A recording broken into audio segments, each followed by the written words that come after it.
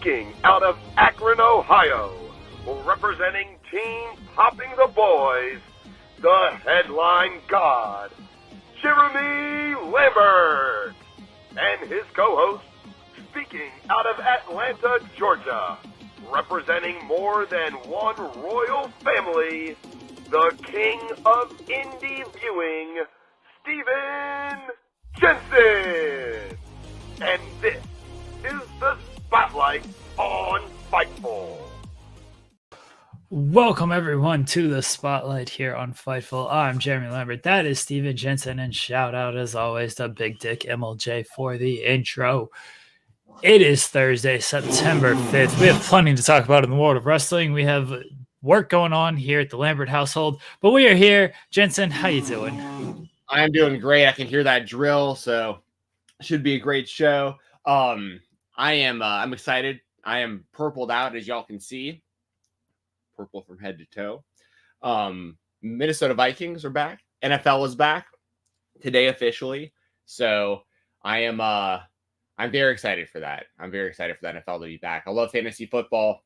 I love, everything that has to do with kind of the NFL season. So I am very, very excited for this. I don't know how much we can talk about the gambling aspect of things here on the channel. I know we have sponsors and stuff like that, but I will say if the Minnesota Vikings somehow win the Super Bowl, I will win a lot of money. And if somehow Justin Jefferson wins the league MVP, I'll also win a lot of money. That's a mega, mega long shot. But I got a lot of vested interest in this season, but I'm super excited for the first official game of the season to be tonight. So I don't care about football. My team sucks.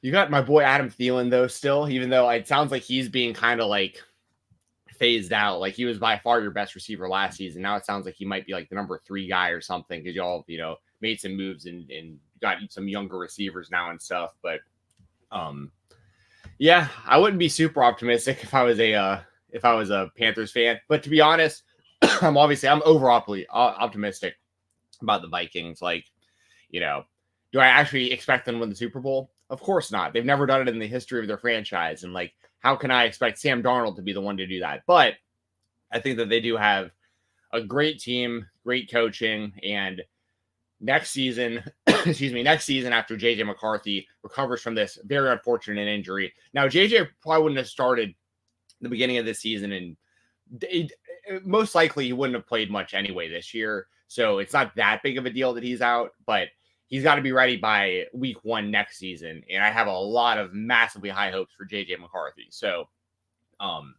anyway, we'll leave it at that. I will obviously keep y'all updated throughout the Viking season on how I'm feeling and how the team's doing. But NFL in general, I'm just happy that NFL is back. I've even been playing Madden. We talked about that a little bit. I'm just getting screwed over nonstop online. It happened again last night. It was 3rd and 27 or something. I had the dude on his own 5-yard line on 3rd and 27. The dude threw a touchdown. So this stuff just keeps happening to me. But anyways, y'all don't want to hear about all that. Skull Vikings. Maggie's gonna cheer for the Vikings for me, so I appreciate you, Maggie. Yeah. Anyways, SB3's in the house with us. What's up, SB3? I see everyone else in here. Good morning, everyone. Guys, you can leave a super chat, get your question, comment, statement read on air. That helps us out. That helps the channel out. You can leave a thumbs up on the video. That also helps us out. You can head to FightfulOverbooked.com. Maggie's over there every Friday at 3 p.m. Eastern with Rob talking the world of professional wrestling. SB3's over there every Tuesday, or when I'm feeling well. I was a little under the weather this past Tuesday, and so we did not do a show where we talk about everything but professional wrestling. We got our NBA preview coming up here pretty soon, SP3 and I. So we'll be previewing the NBA season over on FMC one of these Tuesdays. Yeah, I was feeling awful on Tuesday, SP3. Usually I'm good, I'm up, but Tuesday was a rough day, sadly. All right, everybody, let's get into it. Here we go. Let's start with over 1 million fans. What happened? I'm old and I'm fucking tired, and I work with fucking children. I'm tired of wrestling these kids that think they know everything. Yeah, I don't know what happened just then. I was clearing my throat too. I was I got a second to clear my throat before the bumper's over, and people might have heard me so sorry about that, y'all. But Yeah. Anyway, go ahead and tee this up, Jeremy. What are we talking about today for AEW? Well, it's the anniversary, technically the anniversary, because it happened after midnight on All Out 2 years ago. So technically it's when it happened. It's the anniversary of CM Punk's infamous comments. So I thought I'd use the CM Punk mupper for AEW All Out this weekend, headlined by Swerve Strickland against Hangman Page in an unsanctioned, lights out steel cage match last night. Hangman set Swerve Strickland's childhood home on fire. Jensen, what'd you make of this angle, and how excited are you for this match? Okay, so overall excitement level for like the pay-per-view isn't super high, and that's just because we're coming like right off of All In. So like it's been, it's tough to digest, going from that huge show right into this show.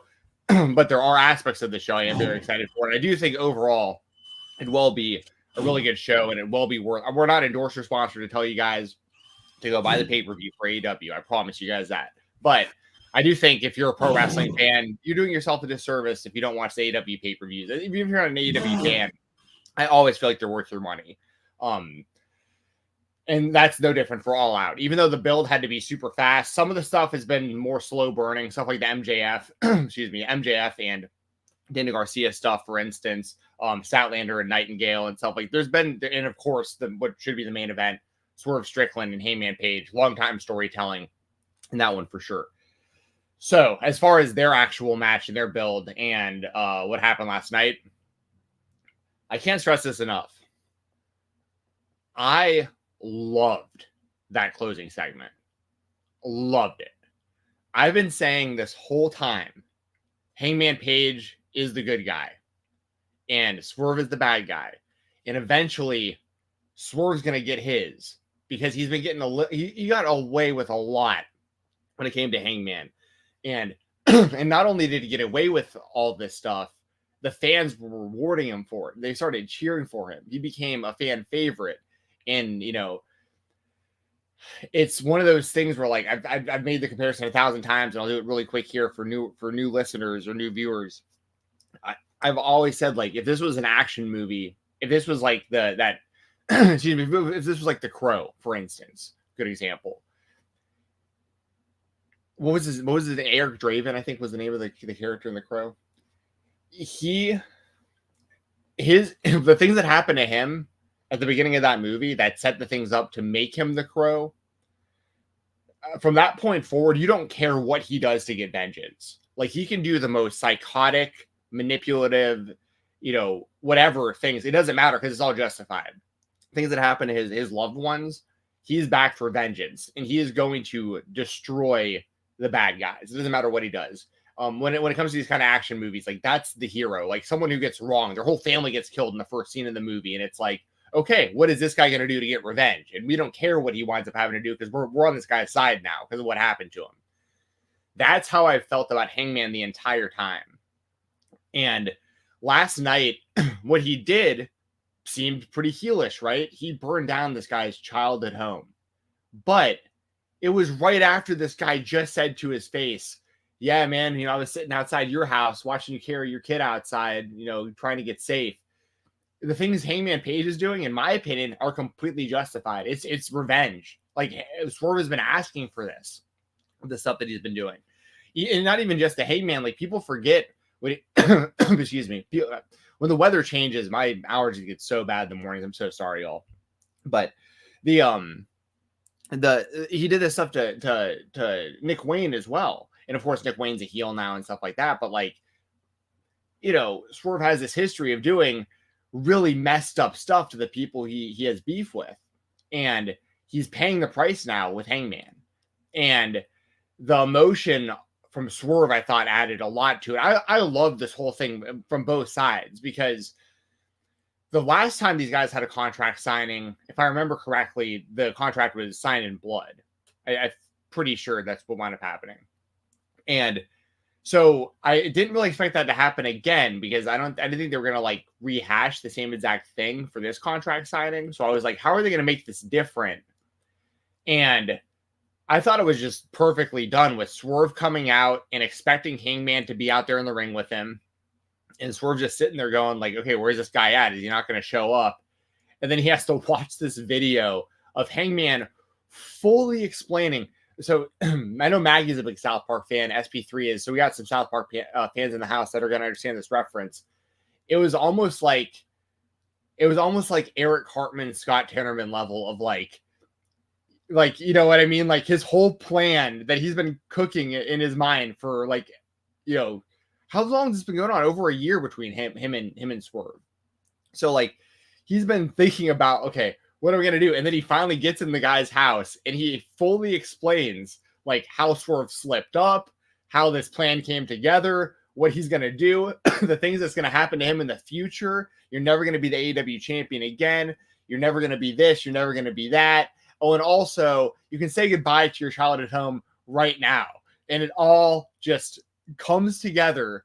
And and once again, I feel like it's justified, but I can also totally see why there would be fans that now have solidified in their minds that Hangman is the heel because of what he just did. I actually, this is a rare scenario where I actually enjoy that the heel face dynamic is like, there's going to be a big part of the fan base that's going to be whose house, Swerve's house, going to be cheering for him. A big portion that's going to be cowboy shit riding for Hangman.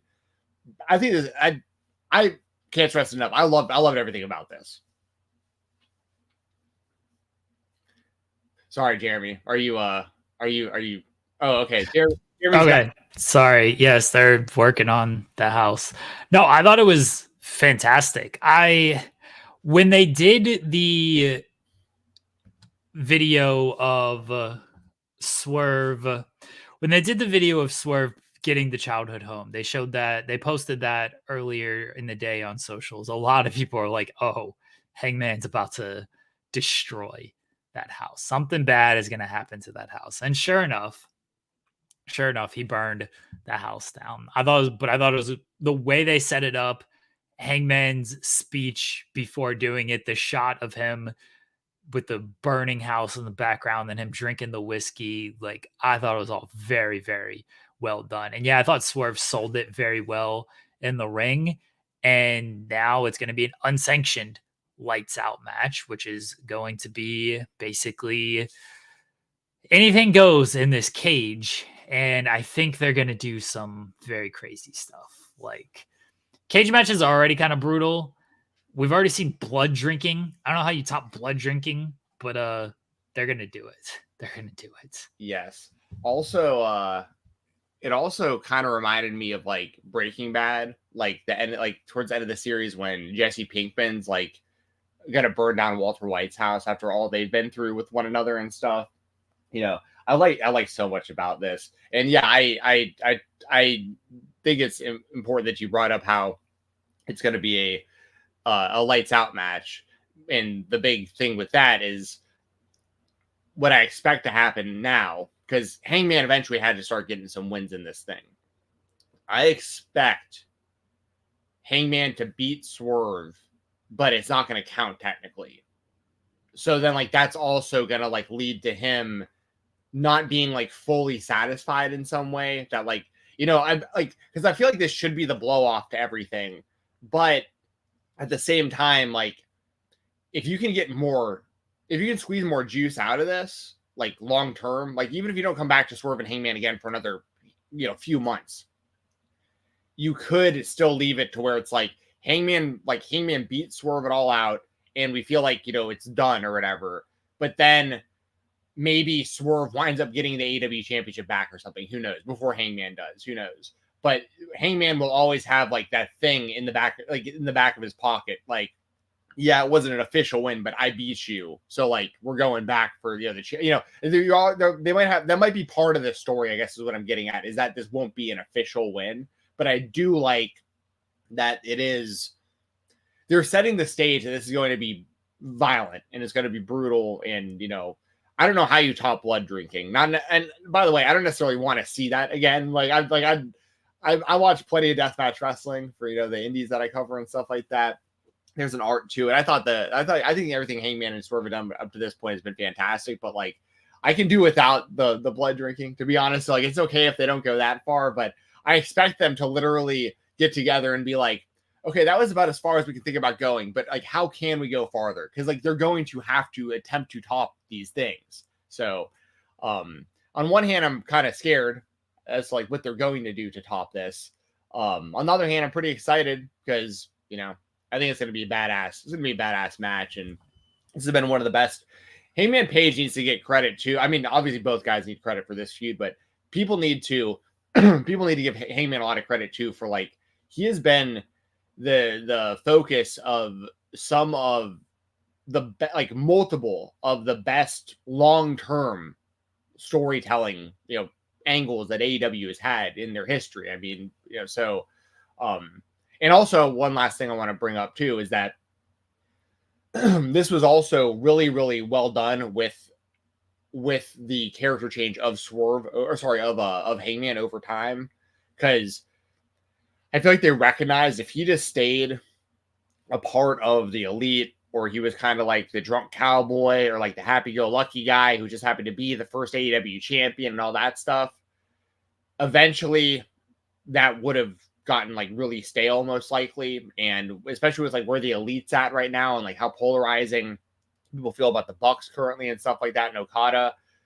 I feel like AEW and Hangman, whoever was involved in this whole process of like transforming Hangman over the last, you know, throughout the Swerve feud, basically, everyone involved with that deserves a lot of credit, because like I think his whole reinvention is going to be massively beneficial to his long-term success, continued long-term success in AEW. Like, coming out of this feud, I totally buy Hangman as the AEW World Champion again whenever they want to do that. You know what I mean? So like, I feel like mission accomplished. And Swerve, we've said it 1,000 times, is established as a main eventer going forward out of this. So mission accomplished with him as well. Like this whole thing, people can give AEW crap for other stuff and not like Tony Khan for whatever reasons, but like, you got to give them credit where it's due. And I feel like you got to give AEW credit for the Swerve and Hangman story.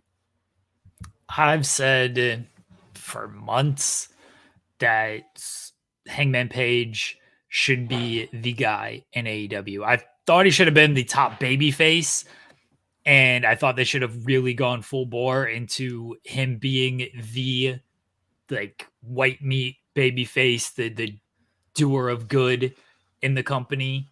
And then the Swerve stuff kind of changed things. He went more into the heel. Regardless, I always thought Hangman Page should have been a big focal point of the company. And he has been.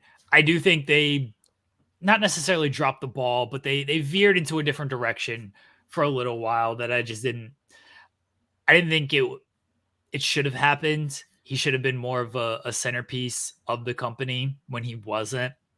But it is good that they basically picked that back up. And, you know, they went to a different direction, where as a heel, of course, he thinks he's justified in his actions, and he probably is. And Swerve is now kind of the baby face. But Hangman Page has all the tools you want of a centerpiece for your company. And I'm glad that he's getting the opportunities again, because when he has been given these opportunities, he's been fantastic. The Kenny Omega story is, by all accounts, for most fans, the best story in AEW history. Now, the Swerve story might be the story to overtake it, but Hangman Page is still, he's the other guy on the other side of that. So clearly Hangman Page is captivating in some regard, to where it's like, oh, we can put him in this spot against Kenny Omega and fans are into it. We could put him in this spot against Swerve Strickland. Fans are into it. Hangman Page is the common denominator here. So I'm glad to see him. I'm glad to see him being utilized in this fashion. Not that it necessarily matters, but like, whose side are you on as like a fan? Like, do you think that Swerve's the good guy? Do you think Hangman's a good guy? Or do you think like both at this point have done enough of both that it's just kind of like, it's kind of even at this point? Like, you just want, I mean, at the end of the day, we just want to see a really good match and the story play out. But like, as a fan, do you think that either has come off more like a good guy or a bad guy? I think Hangman Page is justified in what he has done. I think he's justified. Now, has he gone too far? Probably. Because if he's an actual good guy, you don't go to the lengths of probably burning down a guy's childhood home. Like So, we couldn't picture Cody Rhodes burning down someone's house. oh Like, yeah, he's a coward. So oh you come know. on, dude. No, he's just the ultimate good guy. Cody Rhodes is the type of guy that it would come out later that he paid somebody to burn down somebody's house because he won't do it himself. That's the kind of guy Cody Rhodes is. Rikishi's got to do it for him. Yeah. Yeah. So I think Hangman is justified in his actions. You mentioned something of because it's a lights out unsanctioned match and it doesn't count on the record. I thought about that as well. Here's kind of two issues with it. One, they've completely the records have been removed off of Right. the AEW website. They obviously don't do the rankings anymore. So that doesn't really matter at this point. But the bigger picture is the gloating of the wins and the losses, right? Because you can still say, oh, I beat you. And of course, the other person can say, well, it doesn't show up in the record books. I don't think that works for this feud. I don't think if Hangman Page wins I don't think Swerve is the kind of guy that's like, oh yeah, you beat me, but what does the record book show? Like, he beats you, Right. he beats you. And Swerve, I think, is a smart enough person and character to not play up like, oh, you didn't really beat me because the record books doesn't show you beat me. Like, we saw it on television. You can get away with it if you do kind of count records and it is a thing. But now that they've completely done away with that, I don't think this whole, oh, it's not in the record books, you didn't actually win, no one knows that you won it. Like, we saw you on television beat you and pin you and whatever happens in this match happens. Like, you can't do, oh, I didn't really lose. I don't think it works for these two. I agree. I also feel like it'd be most effective if we could get one guy to legitimately quit. You know what I mean? Like a submission. I think that would be even more satisfying than a pinfall, just for what it's worth. But I think you're right, and that's a good point. I mean, yeah, they brought back the rankings for a couple weeks. Remember, like a handful of months ago, it was back for a very short time and then disappeared again. But anyway, yeah, I know we're on the same page with this, and I think the chat is too. I mean, I think we're all just we got to give credit where it's due. I'm sure there's going to be someone out there that just hates AEW or whatever. They're like, this is terrible. But outside of those outliers of people who are not going to like anything AEW does, no matter what, I feel like everyone really has to give credit for this feud and everybody involved. And my official prediction is Hangman Page to win. I think Hangman Page is going to win as well. I'm not super sold on that actually happening. The reason why I think it happens is because I don't know how many losses he can really take to Swerve before you just can't go back to it. Where if Hangman wins, you can continue, you can go back to it a little bit sooner, but I don't know if they want to go back to it that soon. They've done, this will be the fourth match in about a year, which isn't a lot or anything, but when you're talking about a Texas death match, a couple straight up matches and now a lights out cage match, it feels like a lot in a short period of time, because two of those are pretty big time, blow off type matches. So I don't think you can go back to it too soon. A Swerve win really puts you, okay, you don't need to go back to it for a while. A Hangman win means maybe you can go back to it in a couple of months if you really want to. I thought about when it was officially a lights out match, I did think about oh, maybe they do use this as, oh, it doesn't count type of thing. But then, as I just said, once I gave it a little more thought, I was like, it doesn't work for these two. I think it's going to be Hangman. I'm not really sold on it being Hangman, though. I honestly think Swerve winning is the better story. Hangman I think goes even crazier. I think Swerve being basically that final boss for Hangman, the guy that Hangman just cannot overcome, is a really strong story that you can get a little bit more out of than not to say you can't get something out of Hangman winning, because these two are going to be linked together forever. But I think Swerve winning and then Hangman just not being able to like beat this guy is a really strong, almost like people have compared this to Rock and Austin. And I think it's an unfair comparison for a number of reasons. But, forever, Rock couldn't beat Austin until Austin's final match. Even when they were Nation of Domination and Austin was not Austin, like Austin won all of those matches. And then finally, the final match, Rock beat him. I think you can do something similar here. Yeah, I don't think that's a bad idea either, especially if by the time that happens, let's just say hypothetically, they pencil in Hangman and Swerve for like 6 months or a year from now. I know I'm thinking this is a while from now, but just once again, hypothetical. Let's say by then, Swerve is the champion again. Swerve is established as the top heel in the company. Like, they have done nothing but make it established that Swerve is a heel. And then Hangman, down the line, Hangman finally gets his win, but Hangman at that point has been firmly established as a babyface again. And that would be a pretty big moment. You know what I mean? Like, for Hangman to finally get that win over Swerve, win the AEW championship again, and like get his vengeance. But I feel like I'm torn on it too, for the same reasons you are, because it's like, I feel like I'm sure they could figure out ways to go farther, but it's also like, how much crazier can you really drive Hangman where the guy's already burned the dude's house down? Like, I feel like it's time for him to get this W, and then and then not move on, but I'm torn too, because like I would like to see Swerve get that title back. I'd like to see Heyman get the title back or too. So it's like I think both. It's a good problem to have, because then we're going to talk about Danielson too, and like I'd imagine we both expect Danielson to retain the championship on this show. And there's obviously a lot of questions like who's going to be the one to beat Danielson, because whoever that is, that's a humongous question mark, because that's going to determine kind of what's going to happen going forward with everything. So, but yeah, any last thoughts on Hangman and Swerve? Because we can move on to some other predictions real quick.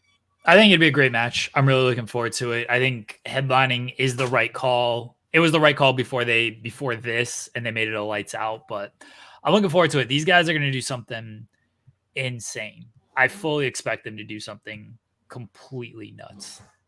Yeah, same.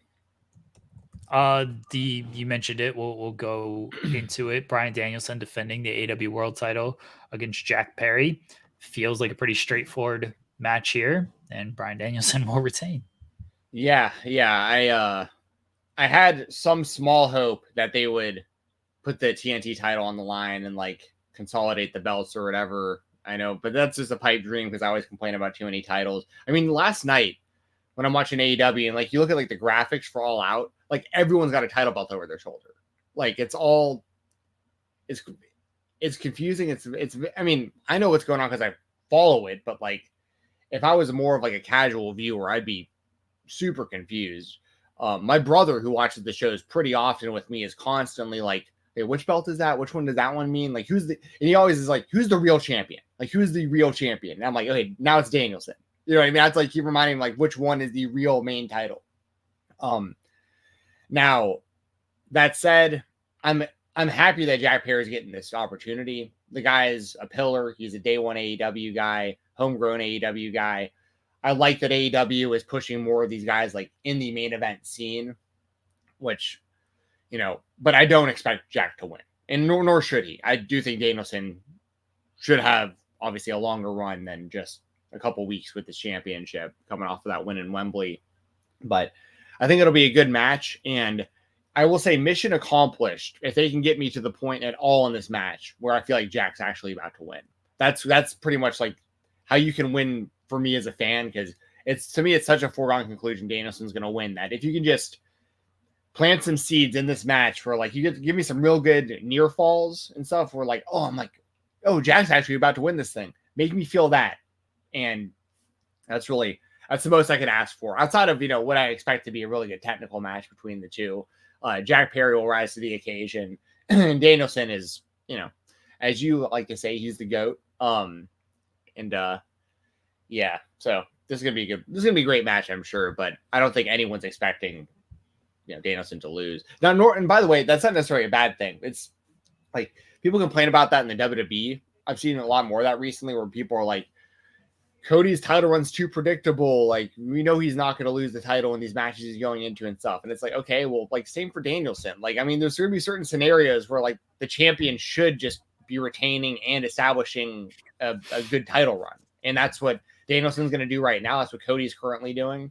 And Jack Perry, he's just a good first opponent. From what I understand, I don't know if this is legitimate or I can't remember where I read it, but I had seen something about maybe, like, this was like an AEW call to have Jack and Danielson have this match. This wasn't one of like Danielson's like handpicked like dream opponents for his final run, but like I understand why AEW would want Jack Perry in this spot right now. So yeah, just kind of worth considering as well. But yeah, this is gonna be good stuff.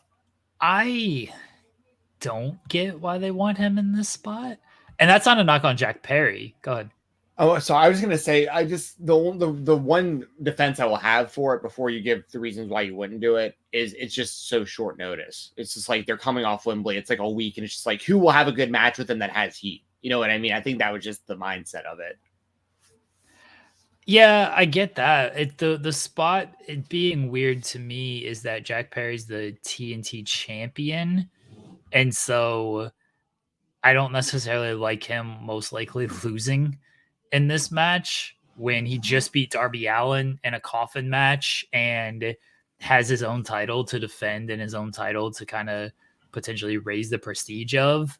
And now it's like, well, he's probably going to lose this match to Bryan Danielson and then go back to, I guess, defending the TNT title because he's still the champion there. It's a weird thing. I would prefer the champion to just defend his own title instead of, hey, let's have him go after another title and now potentially take a loss.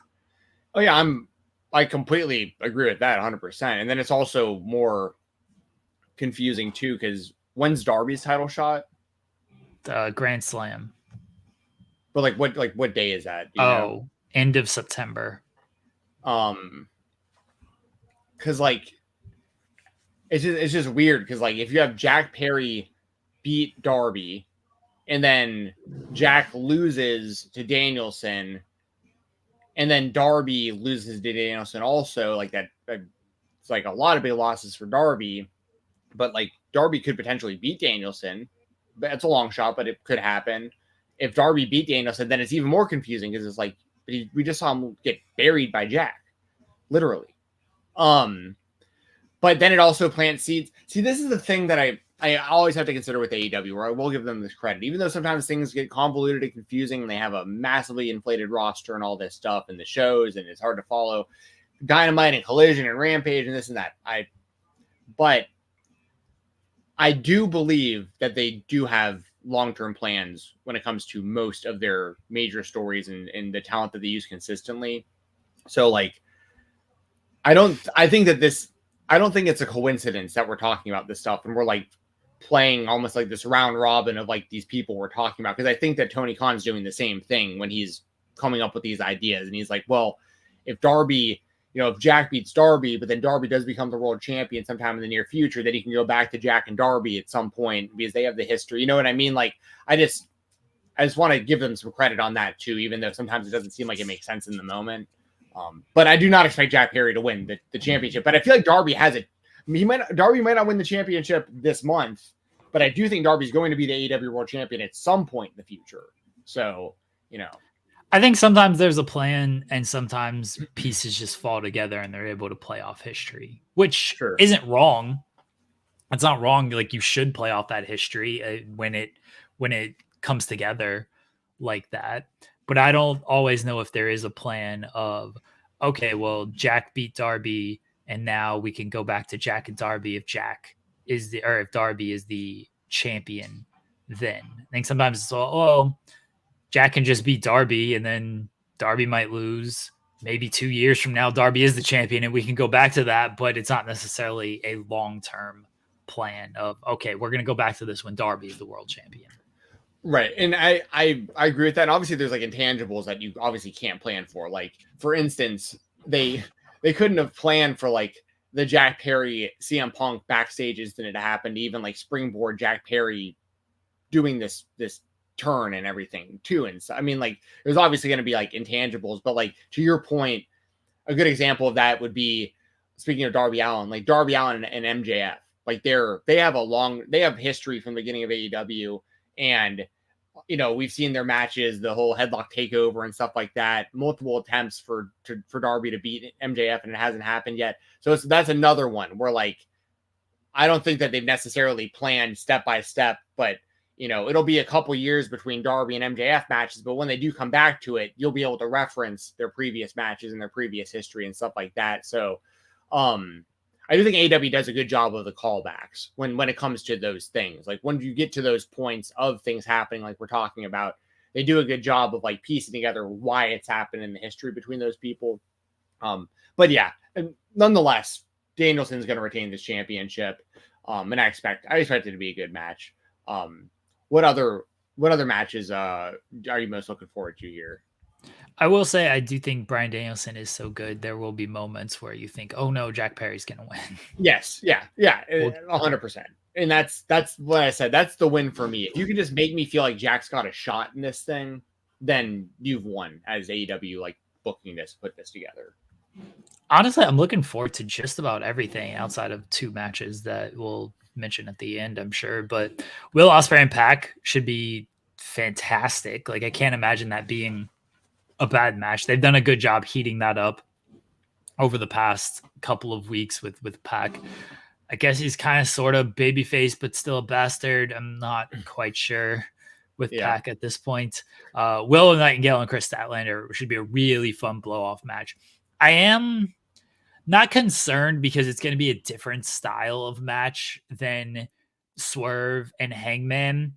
But now that Swerve and Hangman is not just a straightforward steel cage match and it's lights out and they're probably going to do crazier stuff than you would just see in a regular steel cage match, I am concerned that it might limit Willow and Statlander. And I don't know if it's going to be the producers are like, hey, you can't do this because they're doing this in the main event.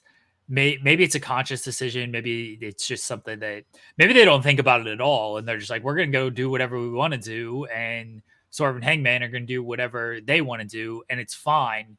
I do think, though, because Swerve and Hangman are going to go to really great lengths, in the after effect, we'll look back on Will and Statlander and be like, oh, yeah, that kind of got limited or overshadowed by what Hangman and Swerve did. It won't take anything away from the match in the moment. I think like when the show is over, it might take away a little bit, if that makes sense. And look, people probably shouldn't care about that in the moment. Enjoy the match in the moment. Enjoy whatever the hell they're going to do to each other, which is probably going to be some crazy stuff. But once the show is over, there's a real possibility that it gets a little bit overshadowed. Yeah. I'm with you on all that. I'm looking forward to both of those matches. I thought, once again, I'm a bit confused by Pac, like one character wise, but that's not uncommon with a lot of these top AEW wrestlers. We talked about that plenty, but like, because the Combat Club at this point are baby faces, and then like Pac is a champion with them, but he's also basically a heel against Ospreay, like attacking him and the kind of the way that they're going at each other. The Blackpool Combat Club sucks. It sucks. Dude, I feel like you've got a lot to get off your chest when it comes to this. It has my favorite wrestler of all time. It has Jon Moxley, who I've said before, you know, especially when he started his AEW run, felt like the most complete wrestler in the industry. I like that Moxley is interesting again, but the group is just a disjointed mess, and it just kind of there's no purpose to them. Like, they were supposed to bring up young guys, and like Yuta's been in the group for 3 years, and he's just kind of in the same spot. They're the trios champions with Pac. They still haven't really explained why Pac is like friends with them after turning on them last year, walking out on them last year. Jon Moxley just comes back and is completely separated from them. He's over here. Oh, Jack Perry's a sweet kid. The Young Bucks are just standing back there Jon Moxley just doesn't care that Claudio and Okada went to a time limit draw. Claudio doesn't care that he went to a time limit draw with Okada. He's like, oh, you know what? Let me go after these tag team titles. Why aren't you going after this Continental title when you went to a time limit draw with this guy? Instead, Okada's defending in this 4-way match that the three people who are going to be in it seem pretty obvious based on who actually gets used on television. Nobody is asking Bryan Danielson about Jon Moxley. He's on commentary. They just completely ignore the Jon Moxley stuff the entire time. You don't think to ask, like, hey, you been talking to Jon? What's up with this dude? He's just back. He seems angry. Anything? Got any insight since you guys are all in the same group together? No, we're just not even going to bother asking about it. It's so disjointed. It's not separate, or it's not together. I don't like it. Like, I like all these guys individually. I even like the stuff with Moxley, although this promo last night was just kind of, okay, you called out Darby Allin again. Like, why isn't Darby Allin showing up? This guy like never misses shows, and now all of a sudden he's missed the last 2 weeks. What is going on here? Renee, they cut to the back on Renee both times after Jon Moxley promos, last week and this week. And I'm like, is Renee not selling this? Renee's just like, thanks, guys. Let's anyway. Here's Chris Jericho. Here's Mark Briscoe. It's like, your husband is an angry man. Do you have any insight into what's going on with him? No. Just don't like any of it. I feel like everything you just said is completely justified, though. I mean, you're right about all that. It's so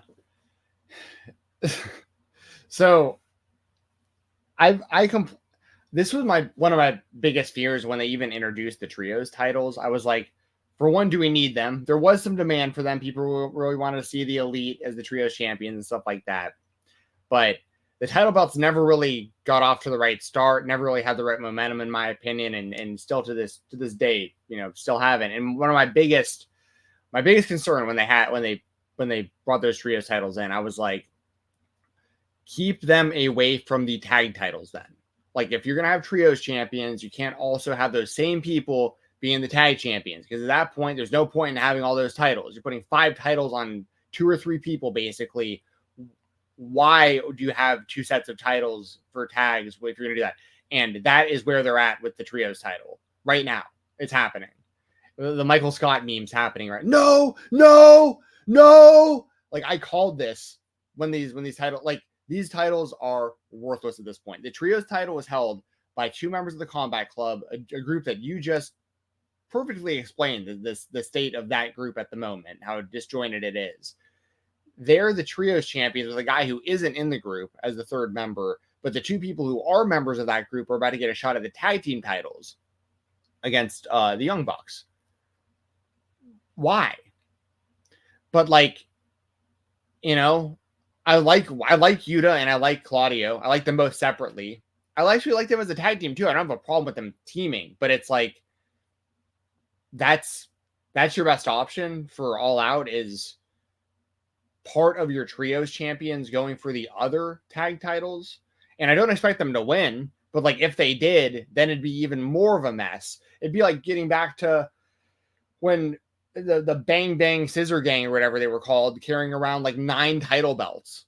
You know what I mean? It was like, this is insane, but like, and the reason it's a problem, by the way, is it just devalues everything, in my opinion, when it's just like everyone in the show has and a lot of these belts aren't even part of AEW, but they're recognized by AEW. You're getting like Ring of Honor titles and CMLL titles and New Japan titles, all this stuff. Just like, okay, but like, if everyone's a champion, then it's not that important. It just kind of feels like it's the norm. So that's all I'll really say about the tag. Like, I don't like the matchup, but I like the people involved, if that makes sense. And I really don't like the scenario of them already being the trios champions and going for the tag titles. But a match that I am looking forward to, and I know we got to move on to other topics here pretty soon, but like, I am really looking forward to MJF and Daniel Garcia. I think that match is going to be awesome. I love the build between these two. It makes you feel like they actually hate one another. And we talked about it last week. I think it would be I think it's actually possible Garcia gets the win here. And I think it would be a massive for his career. MJF's bulletproof. He can't be taking losses all the time, but he can afford to lose this one, especially because I can see Garcia and MJF being like we're talking about with like Hangman and Swerve potentially, or like MJF and Darby and stuff. Like I feel like MJF and Daniel Garcia could be a thing that they come back to with the two of them, for years.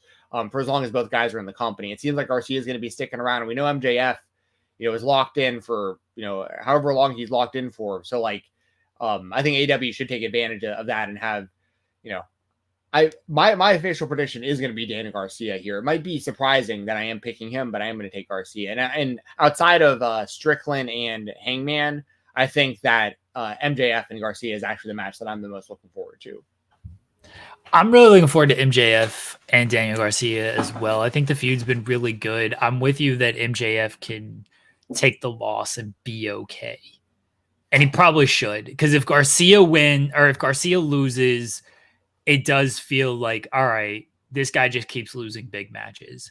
And at some point, there's complete diminishing returns on that. I think they're at diminishing returns on that with a few people on the roster right now.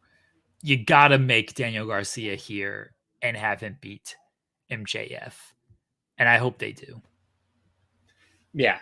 Yeah. And I feel like, and I don't know this for sure, but I mean, both are New York guys, that, came up around the same time.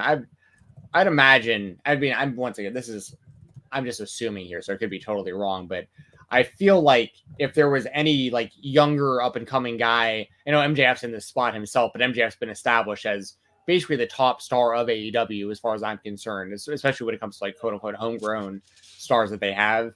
I would imagine MJF has a lot of pull, to decide, like what he wants to do, who he wants to lose to. And so I'm not saying he's a Hulk Hogan brother, not using his creative control, but like, I would say that, I think MJF, like, I think he could very easily tell Tony Khan, like, yeah, I don't think it'd be right for me to like lose this match or whatever. I feel like he might actually be lobbying to push Garcia. Like I could see him being backstage and being like, Daniel Garcia is one of the guys we have to go with. Like, if he's got to beat me, like I can afford it. Like, but we got to get Garcia over. And Garcia's already over, by the way, just getting him over to the next level as like a established main event level guy, which I think Garcia is ready for. He's got the talent to do it. So yeah, I'm going to take Garcia. Obviously, it would not be so. I think MJF would be the favorite if this was betting odds. I think MJF would be the favorite going into this match. Favorite. Let's head over to our partners, Bet Online. They don't sponsor this show, but no. But I mean, I love gambling. Just throwing it out there. Don't know if I'd say this out loud, Jensen. What? That I love gambling? Yeah. I mean, this isn't gambling advice. I'm not telling people to go gamble themselves. Most forms of gambling are illegal actually gambling technically is illegal where I live, but I go to North Carolina to the Indian casino where it is legal. And then most sports, fantasy sports type things, which is not technically gambling, is legal now, pretty much everywhere, which is great. But I'm not Daniel Garcia is the underdog. Very slight underdog, plus 135. MJF is minus 175. Okay. Money to be made on Daniel Garcia, I feel like. Yeah. Yeah, there you go. So I just love that we live in a time where you can actually bet real money on professional wrestling.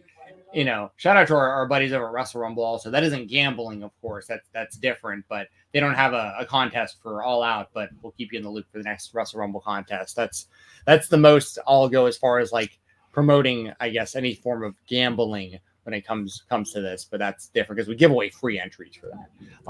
But anyways, anything else that you want to touch on before? I know we got to probably be kind of fast on some of the other topics before my shoot job, but it's already 9:24. No, I think that's everything. Like, Mercedes and Shida is going to be really great. I'm looking forward to that match. Their first match was good. I expect this one to be even better. Mercedes against Momo Watanabe from New Japan Capital Collision was fantastic, and she's working somebody who can work her speed in Shida. Yeah, I expect it to be good as well. as they drill things. And I expect Mercedes to retain for what it's worth. Yeah, I think Mercedes definitely going to retain. Okay, we can hit the WWE spotlights. I need to finish the story. In the WWE, the story never finishes. CM Punk, Drew McIntyre. CM Punk won the strap match. He touched all 4 corners. He laid out Drew McIntyre with multiple GTSs, 4 GTSs. Got his bracelet back. Then he said, I'm moving on to Gunther. Drew McIntyre said, not so fast, my friend. He beat the hell out of CM Punk and broke the bracelet. And they might be setting up Hell in a Cell at Bad Blood. I know you're very excited for this match. You're going to be there live, I assume. Yes. Yes, I do plan on being there live at Bad Blood in Atlanta. It does seem like this will be a Hell in a Cell match. At least make a lot of sense if it was. I mean, unfortunately, there's not a whole lot more I feel like I can add to where we're already kind of at with all of this. Like, y'all know how I feel about CM Punk. Y'all know how I feel about Drew McIntyre. I like that Drew, they're establishing him more and more as a heel throughout this thing, even though I still do see him as a babyface when it comes to most of it. But like, he's doing a lot of hypocritical stuff, like talking about CM Punk attacking him from behind, and then he will attack CM Punk from behind and stuff like that. But these two guys have had a great feud with one another. I mean, do you expect it to be inside Hell in a Cell at Bad Blood? I'd be stunned if it wasn't at this point. Like, it's Bad Blood. It feels like they're bringing this back for a reason, besides the fact that Triple H loves the nostalgia stuff. But Bad Blood was the home of the original Hell in a Cell match against Shawn and Undertaker. So I would be pretty surprised if it's not inside Hell in a Cell at this point. Do you think we'll get more than one Hell in a Cell match, or just the one? Rhea and Liv could deserve Hell in a Cell. Like, so I could see that being Hell in a Cell. They do like to do, okay, the men get one, so the women get one. So I could very easily see that. So yeah, I could see Rhea and Liv getting that as well. It'd be cool to see Cody in a Hell in a Cell match, considering they're going to be in his home crowd of Atlanta for that. Who's he gonna face? I know that was my next question, or my next point rather, was going to be like, I mean, there is enough bad blood between Cody and the Bloodline that you could justify doing it, but I also don't want them to, even though I'm the biggest Cody Rhodes fan in the world, and yes, I've seen in the chat, I'm not in front of my Cody Rhodes shrine at the moment, but the shrine has grown, actually. There's a lot more Cody stuff on that wall now. There's actually also in this office that I'm in right now, this whole wall to this side over here is just from top to bottom, just all Cody Rhodes action figures since he's returned to the company, to the WWE, that is. I have all his AEW stuff scattered as well. Actually, Maggie got a sneak preview. I sent her a video, I think, of the room. But don't worry, y'all. The Cody Rhodes shrine continues to grow. I'll go back out there randomly so you guys can see it. Yeah, that's really, I don't want them to like water down the concept of Hell in a Cell any more than it's already been watered down like throughout history. And if they're going to like bring Bad Blood back and they want to reestablish, see, what I like about this too is like this isn't the Hell in a Cell, premium live event. They aren't like doing the thing where they're just pigeonholing and putting a pin in like, okay, at this point of the year, every year it's Hell in a Cell, so that means we have to have Hell in a Cell matches on this show. But a lot of those never really felt justified. Like, they were real blow-offs to feuds where there was nowhere else to go. All the other options have been exhausted, and this is the final place that you can settle the score. That's what Hell in a Cell was initially meant for, and that's what it should be. So if it's just Drew and Punk, which I don't say just in like, I say just as far as like, if it's the only Hell in a Cell match, that would totally make sense. And if any Hell in a Cell match is going to happen at Bad Blood, it should be Drew versus Punk, given where we're at in this feud between the two. But if they want to have a second Hell in a Cell match, I think that Rhea and Liv would deserve it as well. I'm with you there. But I wouldn't want to see like a show full of Hell in a Cell matches, like how TNA did Lockdown and stuff like that. Even though that was a cool idea when it happened initially. That's because they booked themselves into a corner of, oh wait, we got to take down this cage. yeah. Let's not do that. Like Hell in a Cell, it's suspended from the roof. They can lower, raise it. There's no setup or anything. Yeah, TNA was like, oh, we're gonna start with a cage match. Oh, now we got to take 20 minutes to take it down, and then another 20 minutes later on to put it back up. Let's just keep it up all night. Just amazing planning on the part of TNA back then. Yes, very true, very true. But yeah, I'll go. I mean, I guess really just to, I don't know if there's more you want to add to as far as like Drew and Punk go, but there's not much more I can add other than like rehashing how I feel about both guys, and how I feel about kind of where we're at with things. But I think that I will say this, they've done a very good job of keeping me interested and keeping this thing going and it not getting like super stale, considering like they keep attacking one another, and it's been about possession of a bracelet for a lot of this stuff. But you get the feeling that the two of these guys legitimately hate each other on TV, which is the whole point. And that's bad blood, literally. And that's a reason to do Hell in a Cell. So and then when we get there, I would love for Drew to win, but making predictions, I would probably have to take CM Punk if I was, doing Wrestle Rumble or something like that. But I'd like to see Drew win, but I feel like Punk's eventually going to have to win this feud. Did you cry when the bracelet got broken? Did I cry when the bracelet got broken? No. Oh, okay. I didn't know if you're a person who likes friendship. I assume. I just figured everybody who likes friendship was upset when the bracelet got broken. I've got this bracelet sitting on my desk. Connor's Cure. Wouldn't you cry if like somebody broke that? Yeah. If someone broke that, I'd actually be pretty bummed out because that was like that feels very, very hateful. See, everybody's making a big deal. Everybody's like, "Oh, it's just a bracelet. It's just a bracelet." What if you had a bracelet that meant a whole lot to you, and some giant Scottish dude broke it and then shoved it into your mouth? You'd probably be pretty upset, pretty angry. It depends on what that guy did to deserve that, though. What did CM Punk do? No, we got to move on. I'm going to be talking about CM Punk for the next hour if we start going down this rabbit hole. I'm genuinely curious. What did he do? What did he do to Drew McIntyre? He wronged Drew McIntyre 15 years ago when Drew was new to the business, and Drew is now getting his revenge. Plus all the attacks with one another. Drew keeps saying this, but there's no evidence. He doesn't say anything of like what actually happened. He just is like, he wronged me, he wronged me, he wronged me. This feels like he's just making shit up in his head. Which I think that also feeds into like kind of the story of where like for instance, if you wanted to be against Drew McIntyre, that would be like a pretty justified you know what I mean? Like I feel like that's part of the story is that like Drew feels like he's going crazy and he's just a giant hypocrite, which makes him a bad guy, which I get why they're doing that. They want the fans to mainly be cheering Punk in this feud.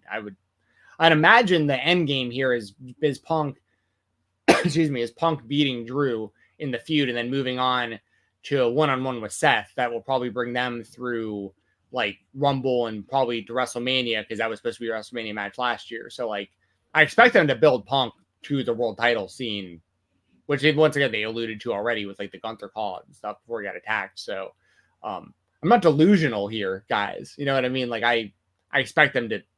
I think CM Punk's going to main event one of the nights of WrestleMania for the world title. So they're going to have to get there somehow, right? I think that Drew McIntyre is a giant jerk. And he should not have broken the bracelet. And whatever happens to him, CM Punk is completely justified. Fair enough. We can move on to the next WWE topic, which involves one of your guys getting back, Sami Zayn. Oh, yeah, I do like Sami Zayn. He's going to lose, but I do like Sami Zayn. But he's in the world title mix. So I'll set this one up. So Gunther was in the ring on Monday on Raw, and he's the world champion, and he defeated Randy Orton definitively. And I love that Gunther's world champion, by the way. Congratulations on the title defense at Bash in Berlin. And I think that Gunther should be the world champion on Raw right now. I think he's the right guy. Sami Zayn comes out and basically says, hey, I beat you for the Intercontinental Championship at WrestleMania. And what I really like about Sami Zayn's kind of speech during this was, excuse me, was how he reminded everybody, like the old school fans like us have always felt this way or wanted it to be this way, but the newer fans, they might not understand, and they might have learned or maybe reestablished during Sami Zayn's speech about the importance of what the Intercontinental Championship has meant historically, especially when it was first introduced years and years ago.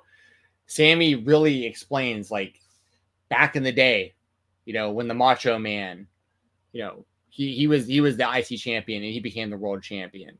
Bret Hart was IC champion, became the world champion. Shawn Michaels was IC champion, then used it to become the world champion and all that. And he's mentioned all these people.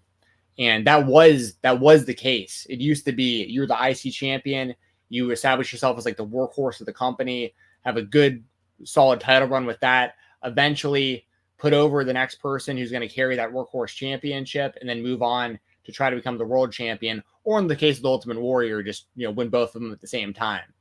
But I think that was really well done by Sami, explaining why the IC title means so much and how him and Gunther are in the same exact position. Gunther was a long-time IC champion, lost that title to Sami Zayn himself. Gunther then won King of the Ring and went on to win the world championship. Sami Zayn was the IC champion. He's now lost that championship, but next stop is, he's going to try to win that world title from the guy he won the IC title for. So there's a lot of callbacks there. There's a lot of reasons that it makes sense for this to be a world title match between the two, with the history and the fact that Sami Zayn, we recently saw Sami Zayn get pinned by Braun Breaker, but we also, just about 150 days ago, we saw Sami Zayn pin Gunther. So, like, I like that this is the match, and I do fully expect Gunther to retain. It's similar in certain ways to, like, Danielson and Jack Perry, right? It's like you don't expect either guy to lose their title right now because they should be the champion of their show right now. But Sami Zayn guarantees you a great match and a great title defense. And Sami's the kind of guy who, I hate to even say this because like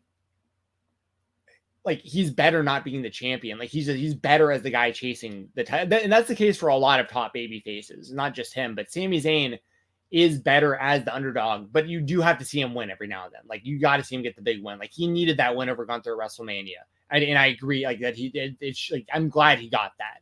But, like, I don't really need to see Sami Zayn as the world champion because he's already so over and he always has great matches. So it's like, would I like to see him be the world champion one day? Yes. Because I'm similar to Mick Foley. I feel like he should get his moment.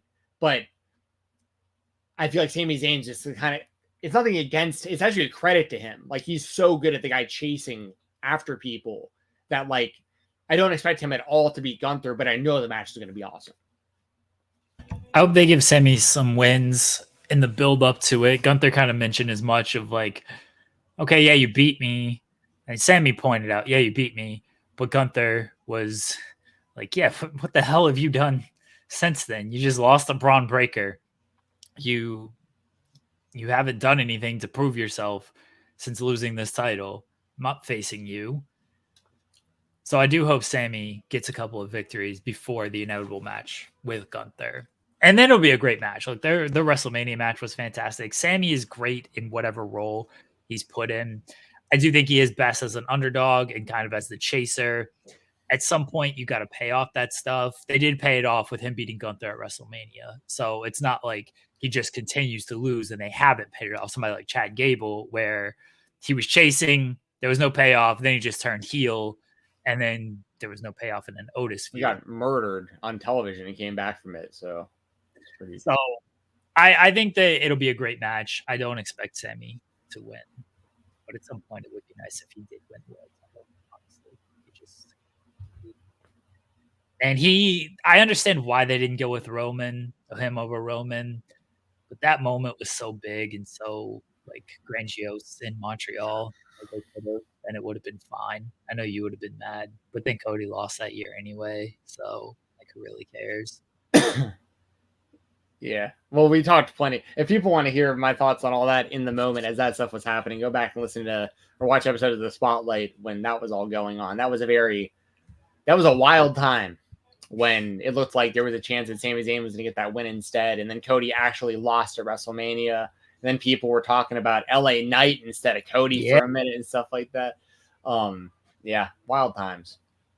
But we're all is right with the world now, though. I mean, Cody's opening matches and, you know, having like fine matches against good opponents, and nobody really cares because Roman's back and everybody's just waiting for The Rock to return. The Rock and Cody is going to be so hyped by the time that happens. Don't even act like it's not going to be so sick. Until The Rock is like, this match doesn't appeal to me anymore. I'm going to face Roman. We'll see, like Roman's that's going to happen too. And that's the most interesting thing about this to me too, is like, because obviously there's 2 matches The Rock has to do before he hangs it up for good. And he's got to do The Rock and Cody, and he's got to do The Rock and Roman Reigns. I mean, that has to happen. It's just a matter of like what order, and do they have to call any audibles to get there and stuff. We'll see. I'm interested just like everyone else is, but I still need to get, I don't know if I haven't really looked, but I need to get a good photo.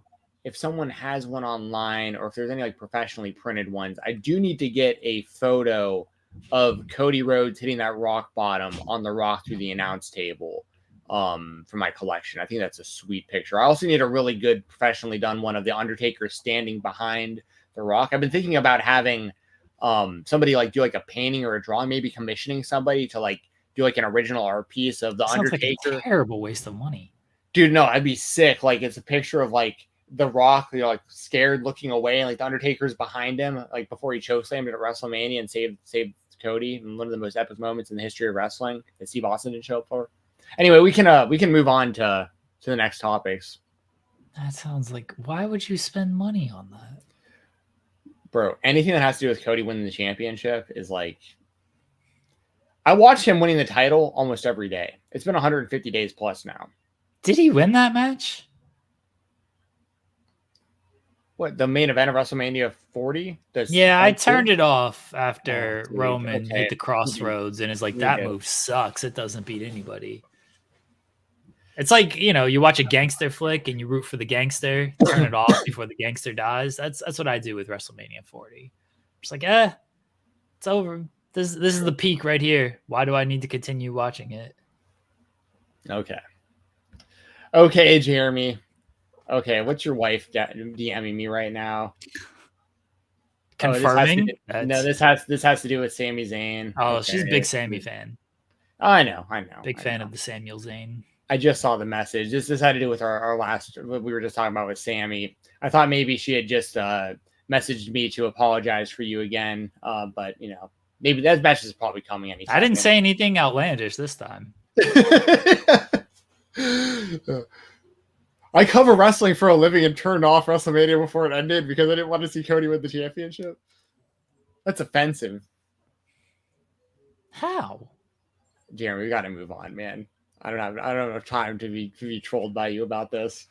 Our product is what it is. We're going straight up the middle. Let's talk about Latimer. Oh well, we're gonna go there first. Okay. Yeah, let's get it out of the way. There ain't much to talk about. American hero to another, but okay. There's not much to talk about. Thom Latimer, the NWA World's Heavyweight Title from EC3. No one could watch this event, so I'm not entirely sure it actually happens. Well, there's pictures and stuff of it, so hopefully. Great. Okay. There's pictures of the Undertaker standing behind the Rock. I don't know what that signified either. So Thom Latimer holding this title could just be he stole it for all I know. Well, the Undertaker thing happened and has aired, and we've all seen it. When it comes to the NWA, right?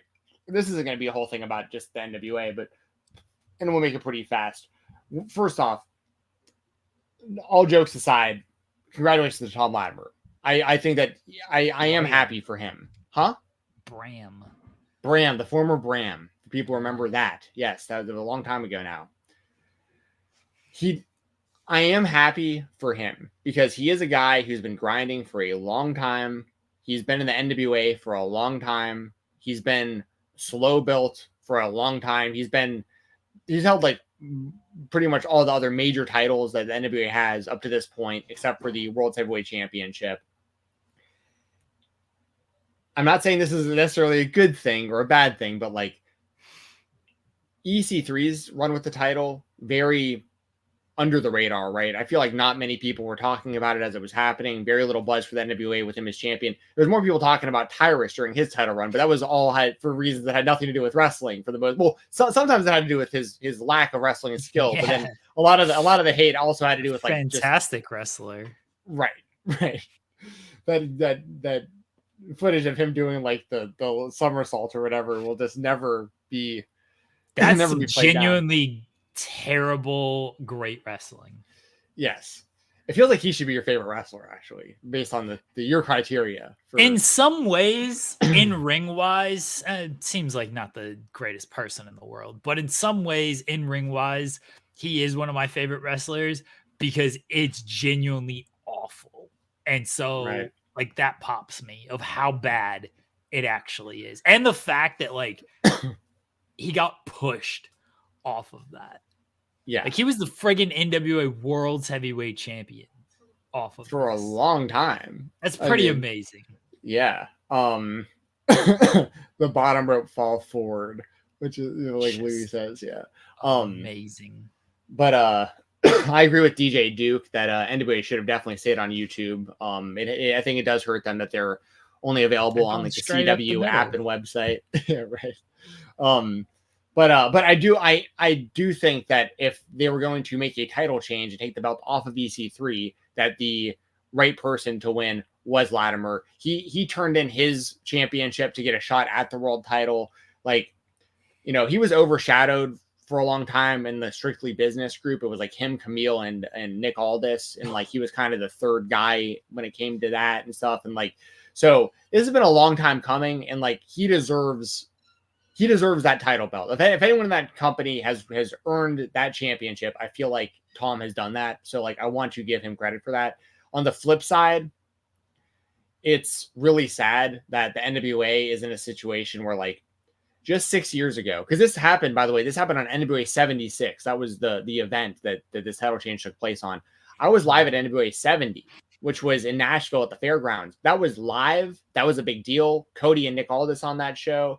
A lot of the anniversary shows for the NWA have been live over the years. Up until maybe just like a year or so ago, they were all available live. And then this year, since this new, I don't know if it's the CW deal or like why the reason that these things have happened, but like it's like the Crockett Cup's a good example. That used to air live too. And like, even though the NWA has had a really hard time holding momentum, the Crockett Cup was something I actually would look forward to, and a lot of fans would look forward to every year, because at the very least you'd see good tag team wrestling, you'd see some random tag teams, like Violence is Forever wound up in the Crockett Cup a couple years ago. It's just like, oh cool, like it's like were in the Crockett Cup a few years ago. Yeah, exactly. And then my point exactly, and those were live. And then like this year, the Crockett Cup was pre-taped, and then like we saw the tournament happen over the span of like what felt like half a year by the time we finally saw the finals. So like who knows when we'll actually see Thom Latimer win the NWA World Heavyweight Championship on CW or wherever it winds up airing. But that's a whole other side combo, and like the NWA and the state of the company and their distribution and stuff that I really don't really want to get into. But like that's the unfortunate thing is, like, as somebody who covers the NWA, I cover the show for the Weekender over on FightfulSelect.com.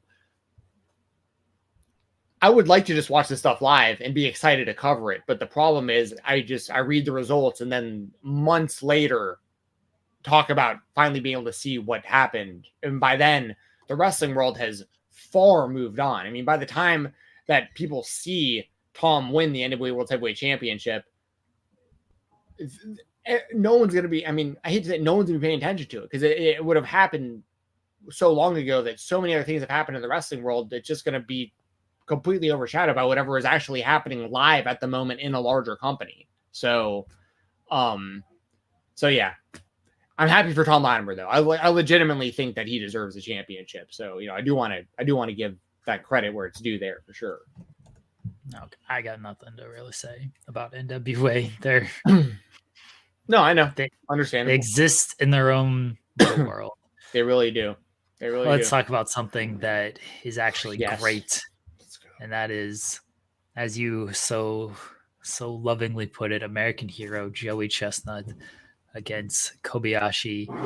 Unfinished beef on Netflix. I don't lock in for wrestling shows too much because I gotta work through them. Like, it's a wrestling show. It happens weekly, it happens daily. Like, all right, sure. I had this thing on. It started at 3 p.m. Eastern. I had this thing on at like 2:45. I was ready for this. They did, 40 minutes of pre-show and everything, and they had eating contests as they trilling. You're as good. They had, eating contests between people beforehand. They had like Marines against Tim Jensen. Wasn't Eater X part of this? They set the watermelon record. Well, yeah. So Eater X did commentary. No face paint. He said he forgot or lost the face paint on the way, but he was great on commentary. Eater X. You're referring to Matt Stoney. Stoney. The chicken wing competition against. Now you got to put a little respect on Matt Stoney's name. Matt Stoney is one of the few people. Actually, he's the only person ever. So there was a few years where Joey did you want to get your thoughts out there before I totally take this over and educate everybody on how important this is? All right. So real quickly, they have the eating contest and the production was amazing. Good sign for WWE Raw when it moves to Netflix, because Netflix has had a few streaming hiccups when it comes to live in the past. This went very smoothly, so good sign there. It was total pro wrestling. We've talked about that on our show before. The Nathan's hot dog eating contest being pro wrestling. They do the big entrances, they do the video packages, the build up. My wife watched it with me, and like she doesn't watch this stuff outside of like if I have it on or anything. She didn't know the backstory to all of this. She watched the video packages. She was completely caught up. She's like, oh, okay, this is interesting. And then we're watching these men have their hot dog eating contest. And go ahead, Jensen. So first off, when it comes to Matt Stoney, the reason that Matt Stoney is a legend and always will be a legend of eating, not only just because he's got a massive YouTube channel and he is legitimately one of the top competitive eaters of all time. When Joey Chestnut became the hot dog eating champion of Nathan's, the first year that he won the competition, he had tried a few years to defeat Kobayashi unsuccessfully. And they did a good job of showing that in a documentary to keep people educated on that. But Joey Chestnut, from the time that he won that first competition until this most recent year where he got disqualified from Nathan's because of, taking the deal with Impossible, there was only 1 year this entire time that Joey Chestnut lost a hot dog eating competition at Nathan's. And that 1 year was when Matt Stoney beat him. So Matt Stoney is the one guy you can say on Joey Chestnut's reign that he actually took him down 1 year. So gotta always give respect to Matt Stoney. I am disappointed, though, that he hasn't really been competing in hot dogs in recent years. He hasn't been doing the contest in recent years. He became, and this isn't necessarily a bad thing, and I don't want to call him a sellout, but he became one of those guys where, like, I think he did his thing. He became established. He still does competitive eating, but he gets paid a lot of money to do like YouTube sponsored videos where he'll like, plug a video game and then just like eat as much food as he can in a quick video. And like, that's just kind of what he's been doing for the most part recently. But I do feel like whether people realize it or not, I think the reason that Stoney was there doing the chicken wings that day, and they were alluding to his history with Chestnut, and he kind of made it feel like he got a shot against him still. I think next year on Netflix, they'll run that rematch. I think they'll do Stoney versus Chestnut on Netflix next year is my big prediction. Now, as far as the actual contest this year, this is our last topic, by the way, right? Because everything else is through the... Okay, so I've got a few minutes. You didn't mention this? Yes, a lot of pro wrestling crossover. We always talk about how but this legitimately, Rey Mysterio and Omos showed up at this thing. They presented Joey Chestnut with a WWE title belt, which, by the way, so I have a picture with Joey that I got signed where I'm holding the mustard title for Nathan's. The next time I meet up with my hero, Joey Chestnut, I fully expect him to be flanking, or whatever you want to call it. He'll be carrying the new WWE Championship. So I will try to get I will try to get a picture with me and Joey of me holding that WWE Hot Dog Eating Championship. That is the best of both worlds. I haven't got a good look at like the side plates and stuff, but as somebody who doesn't collect title belts, I collect everything else, obviously, but I would consider purchasing a Joey Chestnut World Title WWE belt potentially. Now, as far as the actual competition goes, I was saying it for weeks, and people were like, dude, you're overestimating. I was like, dude, Joey Chestnut is going to destroy Kobayashi. Like, this isn't even going to be close. You people don't even understand. Now, what I will say, I'll gotta give Kobayashi credit. His number for like the over-under, I think, on like most of the lines that I saw, I think was like 54 hot dogs. I took him on the under. I took the hater on him. He beat his number. He did better than I expected him to do. As did Joey Chestnut. I will never underestimate Joey Chestnut. I will always ride with Joey Chestnut. I will always take the over for Joey Chestnut. His number was like, it started at like 60, and I was like in, like easy. And then like I think by the time of the competition it was like 65. I was like, yeah, still in. But did I expect him to get 83? I don't think anyone expected 83 except for the man himself. Now, there are some reasons where that could have been a little more feasible this year. For instance, Nathan's hot dogs, to my understanding, have a little bit more of a casing around them, so it makes them a bit more difficult to chew. So these, I think there were ballparks they were using on Netflix, and I think Great Value buns. So I think they were a little bit easier for them to chew. So that may have added to Joey being able to achieve the 83 mark, because his initial record before this was 76, which he did during COVID for America, by the way. That was one of the most incredible things I've ever seen in history. Was, for people who don't know, Joey Chestnut, in consecutive years, he had 74 hot dogs at Nathan's and then 75 hot dogs at Nathan's. And then during COVID, because there's no other sports going on, America needed him to do something amazing. He put down 76 the next year. He kept topping himself during COVID to give, America hope. And the last year he did it, he was at 75 and then did hot dog in bun to get 76. So this year, when he got 83, not only was it surprising he was able to far surpass 76, the stipulations of this year's competition, unlike Nathan's, they had to do hot dog in bun and they couldn't dip the buns. Surprisingly, this seems to be a better strategy because they've had to evolve and innovate. And the loophole is they're not dunking in water, the buns. They're basically taking water and like dousing the whole thing and just eating one hot dog at a time, which technically, when you think about it, probably does take less time than eating 2 hot dogs, dunking 2 buns in water, and then eating both buns at the same time. And then all the extra water you're absorbing in the buns probably makes it harder to eat throughout the full 10 minutes. So there seems to be an actual scientific advantage to doing the strategy that they were doing on Netflix. So I expect in Nathan's competition next year, a lot less people will probably be doing the double hot dogs, double dunks. They'll be doing just straight hot dogs and buns and seeing how many they can get, because I think it's going to be the new meta, the new strategy probably for the competitions. So, and like Power Driver Finisher says, I do think it does fill you up faster to dunk 2 full buns and swallow those versus just eating each hot dog and bun with a little bit of water mixed in. So like, so yeah, I was thoroughly impressed. I got many messages on the, I tell people, I rarely hear from a lot of people, like, throughout the year. I hear from people on my birthday. I hear from people when Cody Rhodes does amazing things. And I hear from people when Joey Chestnut competes. And I'm very honored that I come to mind when it comes to American hero Joey Chestnut. And he once again made America proud. He destroyed Kobayashi, but I will give Kobayashi credit. He did do way better than I expected. Kobayashi, if he were to re-enter Nathan's with Joey Chestnut not being there, Kobayashi's got a damn good shot at being the Nathan's champion again if he wants to try to achieve that. Once again, if Joey does not compete again next year.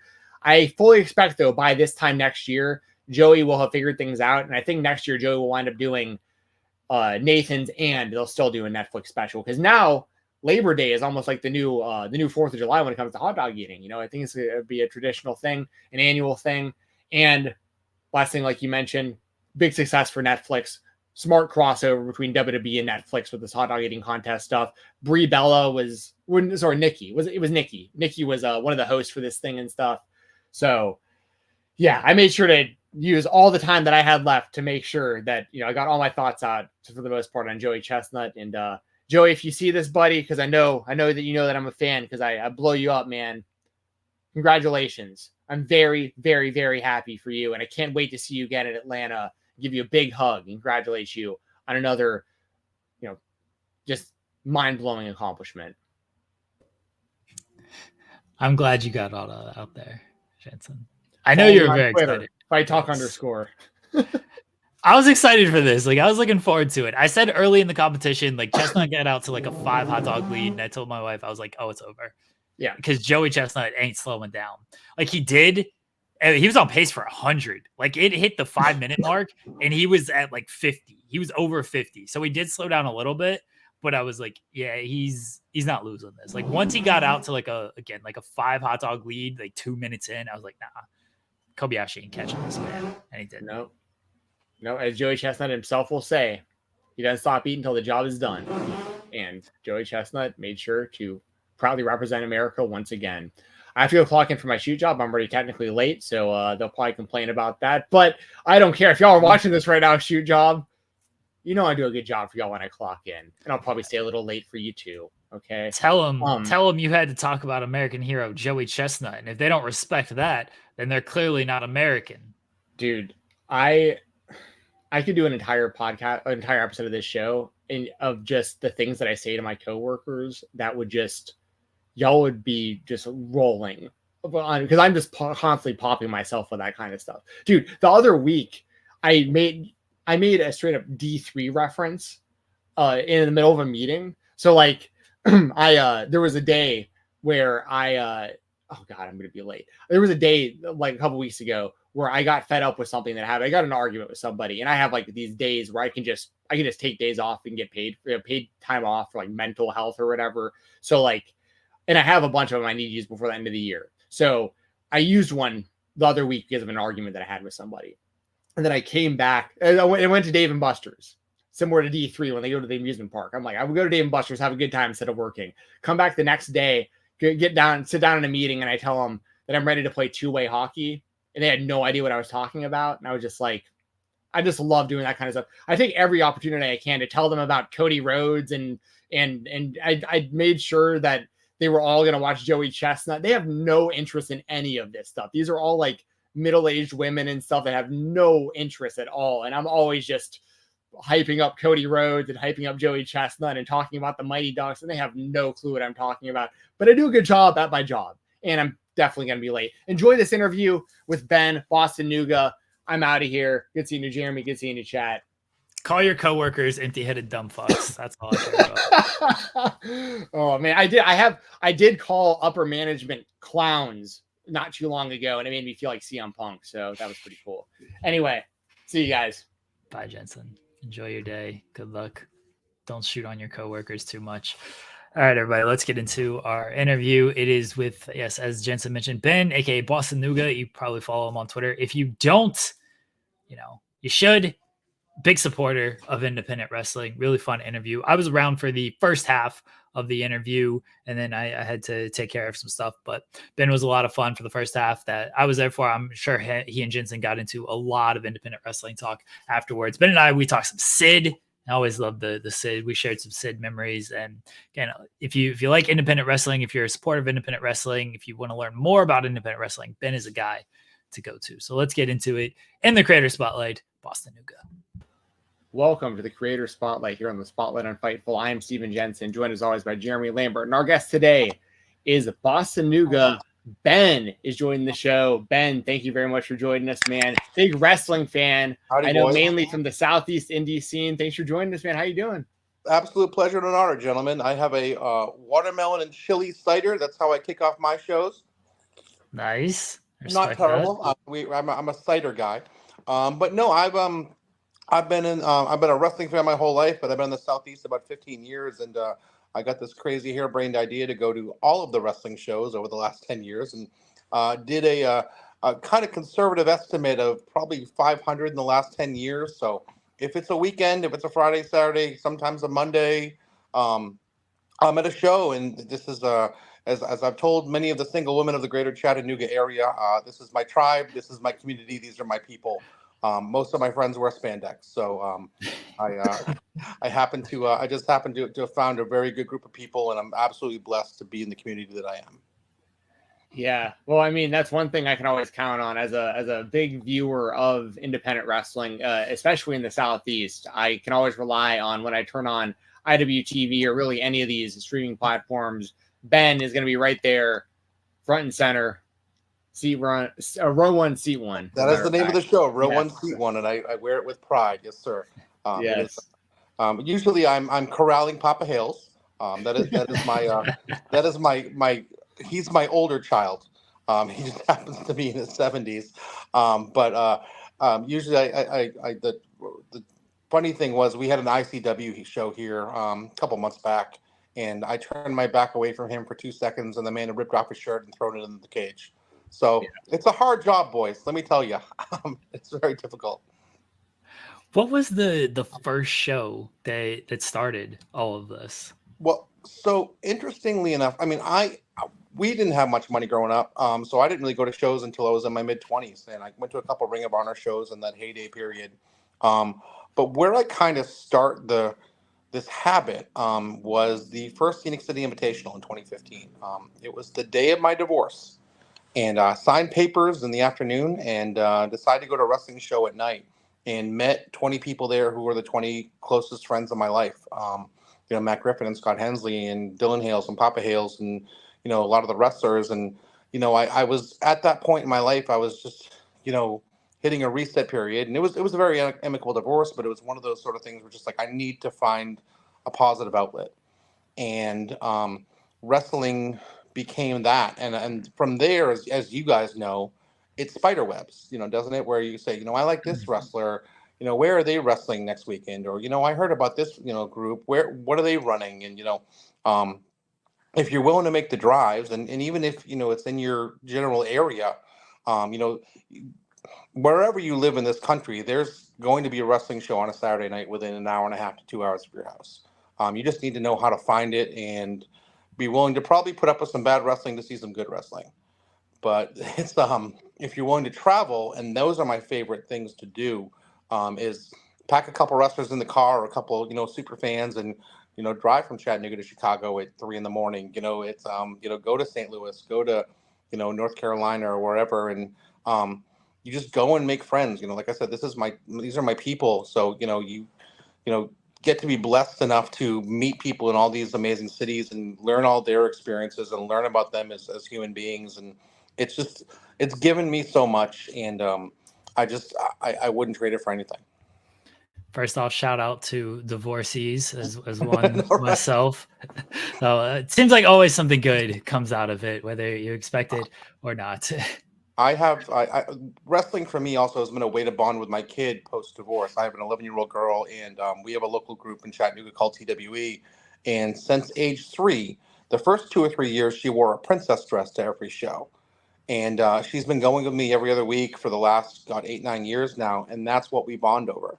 That's our father-daughter moment. That is the thing she looks forward to. She has her friends, and I have my friends, and she knows all the wrestlers. And if you're a single dad like I am, and a lot of us are, it's a really wonderful opportunity to grow closer to your kid. I didn't expect you at Cole's show the other week, because I imagine Spencer, Indiana is a very long drive for you. Imagine that's a big town I wish I could have gone. I had the other thing with having a kid is you got to know the kid's limits, unfortunately. So, I can put her in the car for 2 hours. I don't think I can put her in the car for 8.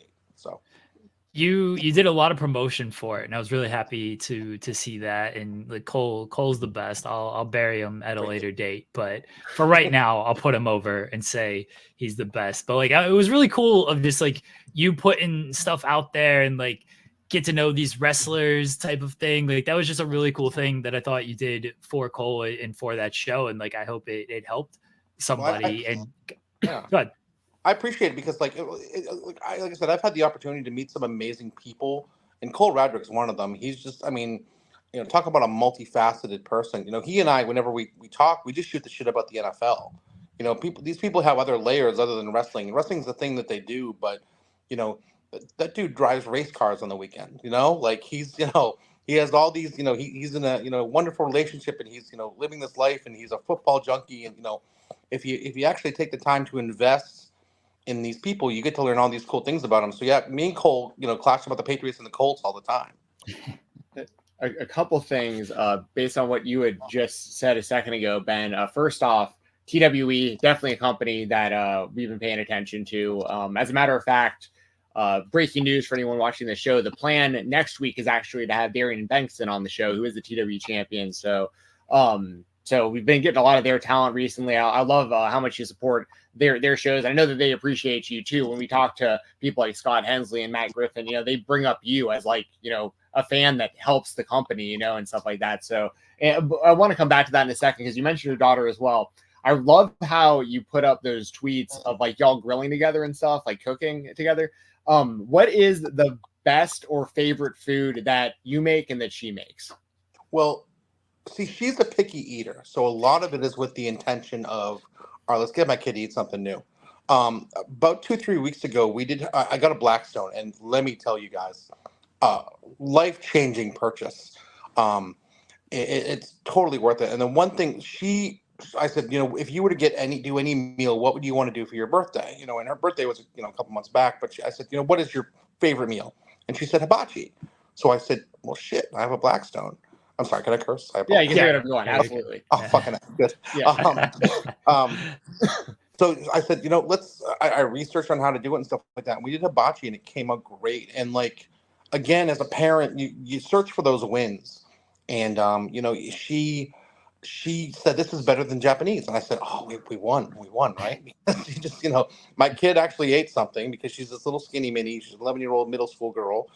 She's, getting to be the age where she's going to be too cool for everything. But if we can have those little moments of bonding where we're cooking, or where we're going to a wrestling show, or we're going on the golf course or something like that, and I can still have those daddy-daughter moments, then that's my life, man.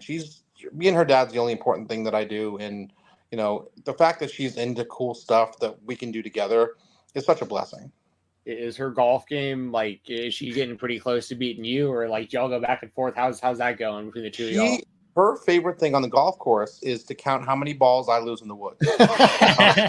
She literally keeps a tally on the score sheet, and just like cackles like the Cheshire Cat every time I pop one. And trust me, I pop over a 9-hole round, 4 to 6 in the woods. It's we play a course around here that's got too many trees, frankly. Which is any trees at all, to say it all. But I definitely pop some of the woods in the water. I'm about 1.5 years, 2 years into golf, and it's a lot of fun. But that's another thing. It's just my kid goes out with me, and will bond with me over the golf course. That's a fun thing to tweet about and stuff like that. It's people can keep up with how terrible a golfer I am. It's a lot of fun. So. One other thing I want to ask about, and we're going to probably go all over the place, but you mentioned the SCI 2015. That was the first year of the tournament, right? When Jimmy Rave won. What were some of your favorite moments about, like, because I know that you said it was really important for you in the point of your life that you were in, like personally, but also like, you met a bunch of, cool people that you became really close friends with. But like, as far as like the actual show, were there things about like the wrestling that really stood out to you? Some of the wrestlers maybe I hadn't seen before, where you were like, this is amazing. Like I'm so in this now. Like this is my world going forward. Oh yeah, 100%. I was a newbie to live wrestling. I mean, I'd watch stuff here and there, and try to find out whatever I can online. But I was a newbie really to live wrestling. So this whole experience where, SCI is the All-Star game, and it has been for almost 10 years now. And so they bring in, what Jimmy Rave, or they bring in an Anthony Henry, or they brought in Moose that year, who was not canceled at the time. They had Tank, and they had Congo Kong, and I can run through that. It was 10 years ago, but it feels like yesterday. And that's when I'm like, wow, I can see, I mentioned to someone yesterday, I said, wrestling shows for me are 51% the wrestling and 49% of social, exercise, basically. But I wouldn't be there if the wrestling wasn't necessarily good. Although I've been to a lot of bad wrestling shows. Jeremy, don't forget to ask about those before you leave. Those might be off the air. I don't necessarily bury anyone, but I do actually. No, but no, it's I've been to good and I've been to bad. But when it's at its best, there's nothing better. When you're watching Daniel Makabe match, or you're watching someone who Landon Hale or Darian Bankston, or someone who has it and you can see and they've got it as well. They mentally grasp it and they physically have the tools. And my favorite thing about independent wrestling is seeing someone at that gestational phase, where they're just getting their reps, and then a year later, 2 years later, 4 years later, I'm seeing them on TV, on Dynamite or on Raw or something like that. And to know you were there from the beginning, and then to take that ride with them and invest in them as a person, invest in them as a wrestler, there's no better feeling in the world. Whether it be Nathan Frazier or Billy Starks, or all the these people. My podcast, I had Lee Moriarty, and I've known him for a long time. I was able to have a lot of these people in the early phases of their career, just become close to them, and now they're big time. And that's just the coolest thing about independent wrestling. Okay, so I have to ask, what are some of the bad matches that you've seen? Oh, brother. See, I'm of the belief. I'm not going to name names, except to say, I've seen good wrestling and I've seen bad wrestling. What I want to see now is a hoot. I want to see something that makes me crack up out loud, whether it's good or bad or indifferent. So I'm not going to call it bad, but I actually go to a lot of student shows. TWE has a training school, and they have a lot of student shows where the skill level might not be necessarily, these people are 3 months, 6 months, 1 year in, and still kind of finding their footing, and literally in some cases finding their footing, but they're figuring it out. So even in bad wrestling, and like I said, I've seen a fair bit of it, and I just don't want my wrestling to be boring, I guess. I want to find something redeeming out of it, whether it makes me laugh or makes me invested in a person, or watch them develop a character or something like that.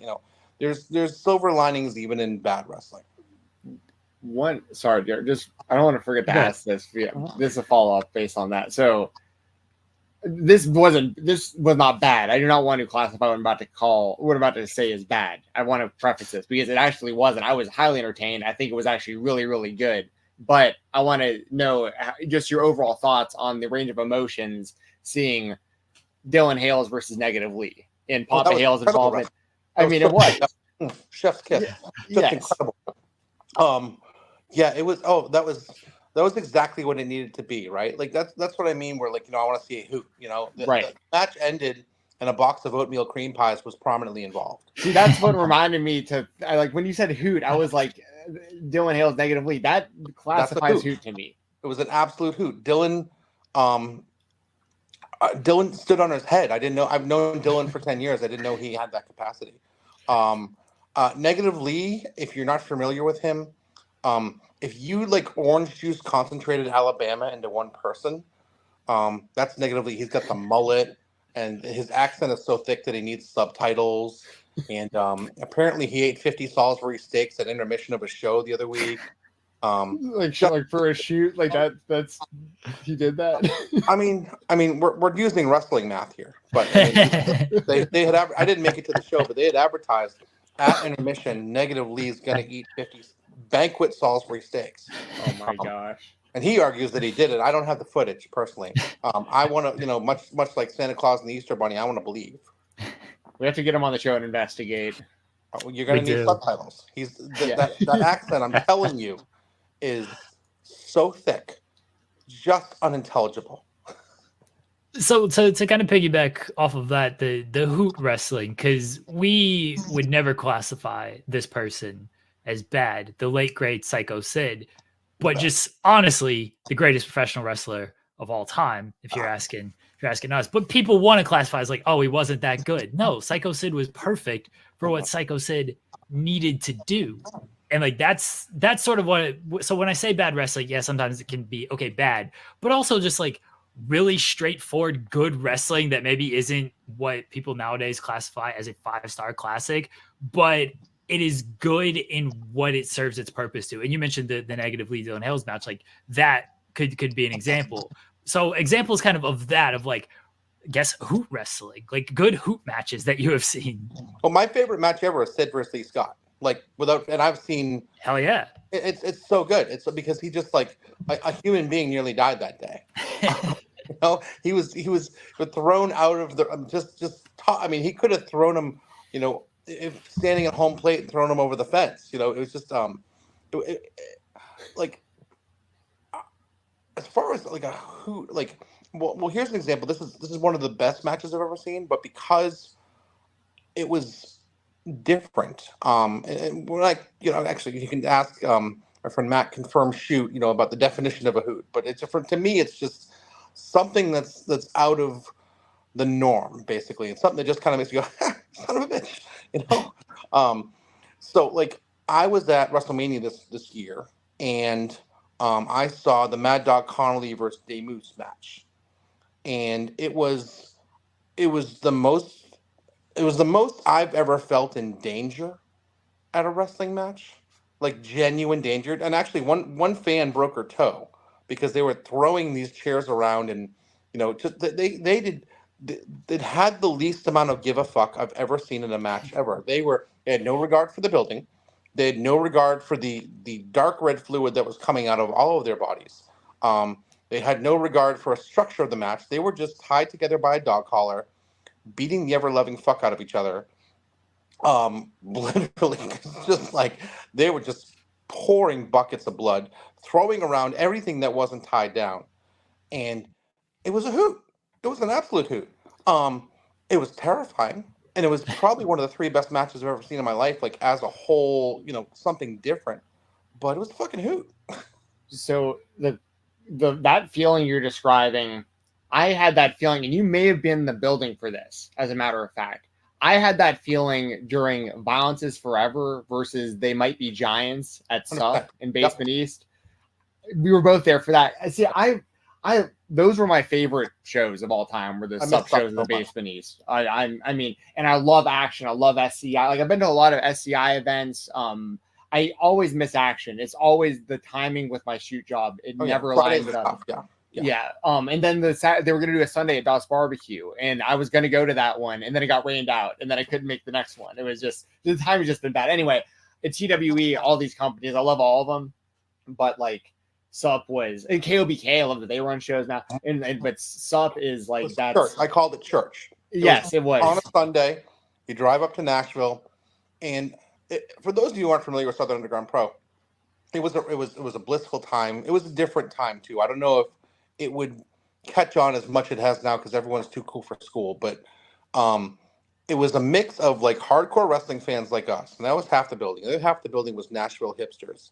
Yes. You think that they would clash, but actually everyone got along famously, and you just meet these cool new, and like it was you just look in the audience, and no other wrestling audience looks like these human beings. Everyone's just, you know, like different, man, absolutely different. And it was just such a sense of family and community. And I was lucky enough, you know, because I'd be up there, I'd drive, you know, people up there who were involved in the show. So I'd get in there, you know, 3-4 hours early and, you know, help set up and all that sort of stuff and just see how I could help out. And that's really a large part of where, like, you know, these people who put their bodies on the line, you know, become your family and become your friends. And you actually, you know, talk with them about, you know, like real human beings. You know, you mentioned Violence is Forever, you know.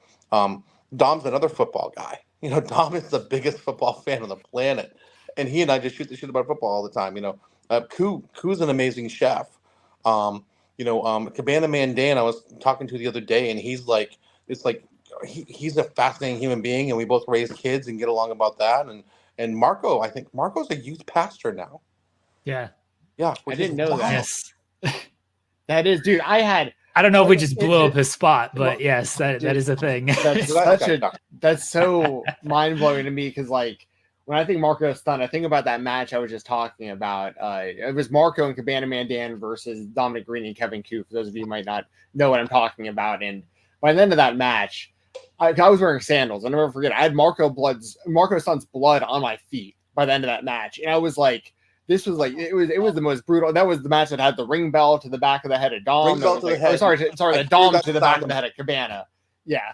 Oh my God, that was the worst. But as speaking of the fandom, I told this story before, and I'll just tell it real quick. I don't know if you've heard this before, but during that match, there was I went outside to get some air because I was starting to get lightheaded from like the atmosphere. I was like, there was skewers in people's heads and tacks in people's feet, and I was like, oh man, I need to take a breath. I go outside, and one of those, it wasn't even a Nashville hipster, it was tourists, were standing outside yelling at the staff of the Basement East going, what the fuck is going on in this building? We were told this was like a music venue we needed to check out while we were in town. There's people with skewers hanging out of their heads. Like, they were disgusted, and I was cackling. I thought it was the funniest thing that's ever happened, but yeah, man. Do you have a favorite sup match or sup memory? Yes. Tangent, but GCW ran their like while sup was going on, and this I'm tying this back to sup. Yes.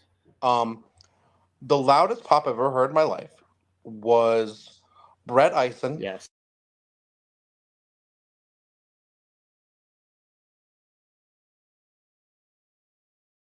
Puts everything he has into the match, and he's a hardcore kid, and he's like he's our guy. But he never broke that glass ceiling to for whatever at that time to other federations. So, and they kayfabe me because I generally have some ears to the grindstones that other people don't, and they're just like, man, they didn't book Brett, and everyone's like getting pissed off or whatever. And then his music hits in that building. And I've never heard a pop like that in my life because we were, if everyone in that building wasn't so invested in not just the character of Brett Eisen, but in the person of Brett Eisen, that moment wouldn't have been as special. Yeah, that was amazing. That was one of my favorite moments. Also, another one. I know you were live because I saw you at GCW in Atlanta when VIF won the tag titles, and that was another huge moment as a fan that I'm sure you felt the same. I mean, I'm with you seeing these people. I'm going to keep asking questions. I know Jeremy has to leave pretty soon. Jeremy, do you have any questions before we have to go? I was just going to talk more Sid because we share that love of. I have 3 favorite wrestlers: Monty Brown, Alex Wright, and Sid, for all very good reasons. That's one of the greatest lists I've ever heard. It's an unimpeachable list in my opinion. But Sid, God, I was so sad, and like people were literally like consoling me when Sid passed because okay, was he like Dean Malenko, man of 1,000 holds? Absolutely not. Was he the coolest motherfucker to ever enter a wrestling ring? He absolutely was. That dude. Like, all these fans would bury him online, and then he shows up at like ECW, which is all like total smart marks, right? And they lose their shit for him because you know what? When you see Sid, like, say what you will about his, technical wrestling acumen, his major export was that he was the coolest motherfucker in the world. He just had the aura. I know that term gets used a lot nowadays, but like he walked into, I know you love this entrance as well, the Survivor Series entrance where it's like he's against the top babyface, the boyhood dream kid, Madison Square Garden, which is the hardcore of the hardcore fans, and everybody is just worshiping at the altar of Sid when he comes out, and it's like it does not get any cooler than that. I tweeted this out. Sid literally quit wrestling every summer to play softball. Hell yeah. He like basically like big time his way everywhere. And he stabbed a man in the chest with scissors on foreign soil and was never charged. Like, that's a different dude, okay? That's what, like, after he passed, and yeah, as I did the bit, and people were like, "Are you really a Sid fan?" Like, yes, I'm really a Sid fan. But you know, when Sean would post something like, "Is it Sid?" He's, look, I just want this man. I wanted that man to return. Like, it felt like he had his health been better, he could have showed up in GCW and just wrecked some people and gotten so over. I mean, if so Jared's over. got that pop, imagine Sid's pop, Right. Yeah. Right. So I wanted him to return in some capacity. Unfortunately, his health, we learned, wasn't good. But I was like, Sid was, one, he had the presence that you just can't teach in wrestling. Two, he knew what he was as a wrestler. He wasn't going out there trying to do a bunch of stuff that he couldn't do until the one time that they told him, like, hey, go do this. And he's like, all right, I guess. And he did worker shit as well. The shit of, yeah, I'm taking this time off for softball, or I'm only in 2 WrestleManias ever. I main evented both of them. Like, that's just high quality worker shit right there. He did whatever the fuck he wanted. Yeah. Like, you know, that sounds like an awesome life, man. Like, call your own shots. Hell yeah. Absolutely ruled. Okay, I do have to run. Thank you, Ben. I apologize that I have to run out dealing with personal stuff, but everything's good. Everything will be good. We'll have to get you back on and talk more. I know you and Jensen will probably go like another hour or so, but we'll go. Thank you, guys. We'll talk a little bit longer for sure. Thank you, Ben. Jeremy. Have a good one, man. Good, buddy. All right, Ben. It's just me and you. All right. So we were talking about Sid. Let's talk a little bit about his spiritual successor, Josh Bishop. How Josh Bishop isn't the champion of every promotion really is really a crime against God and nature. And no, Josh Bishop rules, man. Like, like everyone I know who knows, I've met him a couple times, but like, he's always like that. Like, he's just that on all the time, and it's so fucking cool. Yeah, he's the man. One of my favorite matches I remember from was him versus Manders. They had like an absolute banger where they went out there. It was like a quote unquote kind of like a sloppy match, but in like the best way, because they were just like going for it, you know. One of the best I ever saw live was him and Dom Guarini at WrestleMania New Jersey 2019, where they both bled buckets. Dom wore a white shirt, and you knew. And then he doused Dom in gasoline and charged at him with a lighter at the end, and then Dom finally submitted. But it was like a visceral experience, that match. That's probably top 10 match I've ever seen too, because it was just like they meant all of that, you know. Like, it was. They weren't circling the wagon. They were just, they weren't going through the motions. This was just like everything meant something. Yeah, he's one of those guys. Josh Bishop is one of those guys that I like. We've all known for a long time, and like he's had his like running MLW for a little bit and stuff like that. But like one day he's gonna break out, and we're all gonna be like, we've been telling y'all forever that this guy was gonna be the man for the longest time. So yeah, who do you feel like is also kind of like on that brink that we've been seeing for a while, that like you really feel like is like right there? I feel like, I don't want to throw any, I want to hear who you got. I mean, the guy you're having on next week, Darian Bankston, the thing I always say about him is he's got it and he gets it. And those are two very separate things. But Darian has his master's in theater from the Shakespeare Academy in London. I didn't know that. Yes, he chose to channel that into what he considers Shakespeare of the modern times, professional wrestling. So he gets all of the brain stuff about it, and he's also a really good athlete and knows how to piece a match together, and like knows how A equals B and all the connected tissue. Yeah, he's an artist. He's a genuine artist. For the same reasons but opposite style reasons, Manders. That dude should be everywhere. I mean, he is everywhere, but he should be everywhere on your TV screens, because like he was George Kittle's roommate at Iowa. He got George Kittle into wrestling. I didn't. Oh, actually, you know what? I do feel like I had heard that now that you bring it up. But he was a fullback in the Big Ten. And we've talked about he tried to tackle Christian McCaffrey on a punt return. Oh my Did god! not go well. That is too funny. Yeah, but like that's a real that's a real dude. That's a real dude and a genuinely good human being too. Just like the nicest guy. As advertised. You know, he is that dude. God, who else? It's funny because I'm very emotionally attached. I think Jaden Newman needs to be getting more opportunities. He's here in Chattanooga, and we're very blessed to have him. But he flew out to England today, and I hope that everyone takes notice of what he's capable of. There's I saw there's just it's interesting because a lot of people say the indies are down now because AEW's taking a lot of guys and MLW's taking a lot of guys and stuff like that. But like, if if you know where to look, like, I mean, Alex Kane's on MLW, but he mostly works independent shows and he works at Action and stuff like that. And that dude, like, he's very, very, very good. Landon Hale, is very, very, very, very good. I'm blessed to have Action 2 hours away from me, where these amazing wrestlers come in and stuff like that. But like, the SCI is doing a show at Sale Creek this coming Saturday. And on that show is Adam Priest. Adam Priest is probably the best independent wrestler in the world. And I would argue that point with anyone. There's nothing he doesn't do extremely well. His peers agree too. A lot of the wrestlers will say the same thing about Priest for sure. But BK Westbrook is going to be on that. He's amazing.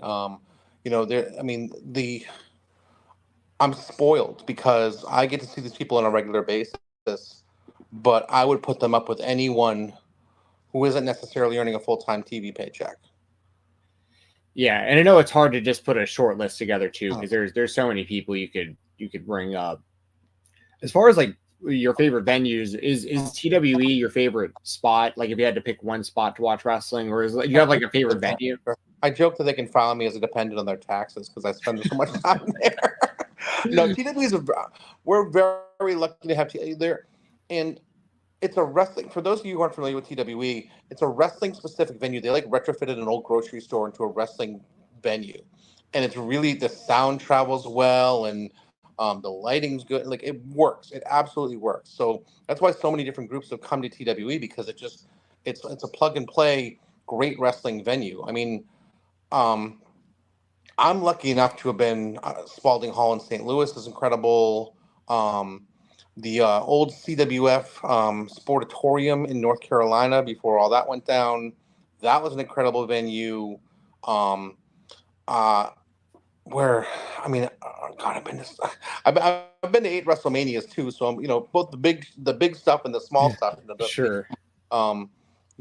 Being at Mania in the Superdome, twice was unbelievable as well because of just how that, and Brian winning and all that sort of stuff. That might be my favorite wrestling moment. Being in that giant stadium. So there's, a time and a place both for like, small intimate wrestling, and then like you go to Mania or you go to All Out or you go to, some stadium show, and I think they all carry value. Yeah, for what it's worth, me and Jeremy were both at that WrestleMania in New Orleans. I mean, that was like an incredible moment. Daniel Bryan at the time, winning the championship. Spalding Hall. Did you go to Glory Pro shows up there? St. Louis Anarchy. Oh, okay, yeah. Excellent. I used to go a lot more. I used to go a fair bit, and I since it's funny. It wasn't getting COVID, but it was my body getting out of practice during COVID of the traveling.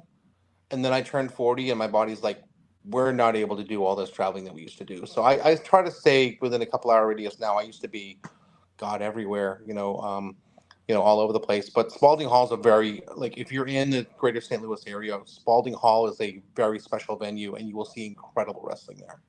One of the guys I would see up there when I used to make some drives that way. It's been years though since I've been out that way.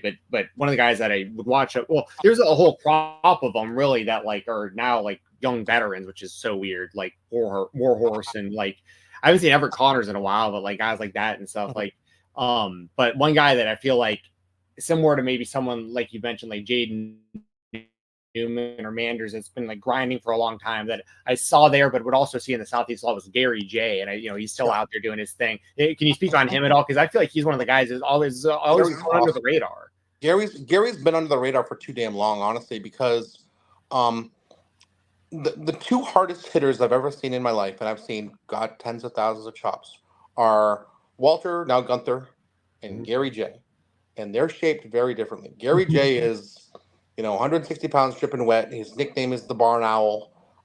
He's got this long red beard and red hair, and he doesn't look like he would hit you like an actual Mack truck, but he hits like an actual Mack truck, and it defies physics. And Gary, I appreciate Gary because a lot of wrestlers don't pass on. We'll go up through the system and work a million shows and all that sort of stuff.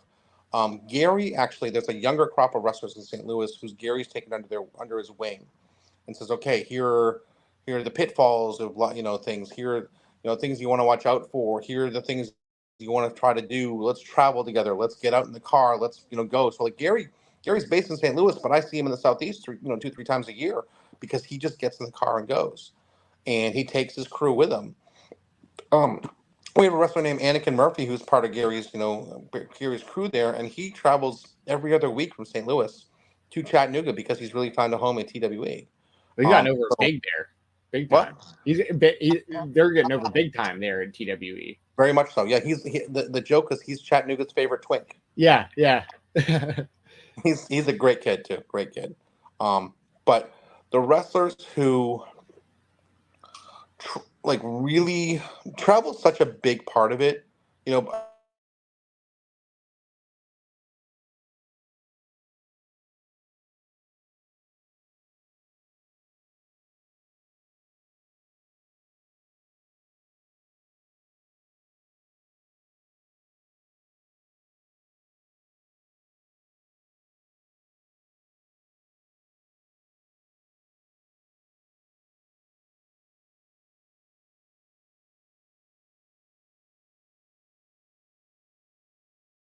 and such a hub, and I'm just so blessed to be so. I think it's awesome how that TWE arena has been hosting not just TWE, but like ICW, NHB, and like Action. Like you get a real variety of shows and performers coming through there. Do you have any like favorite memories of the ICW, NHB shows that have gone through there?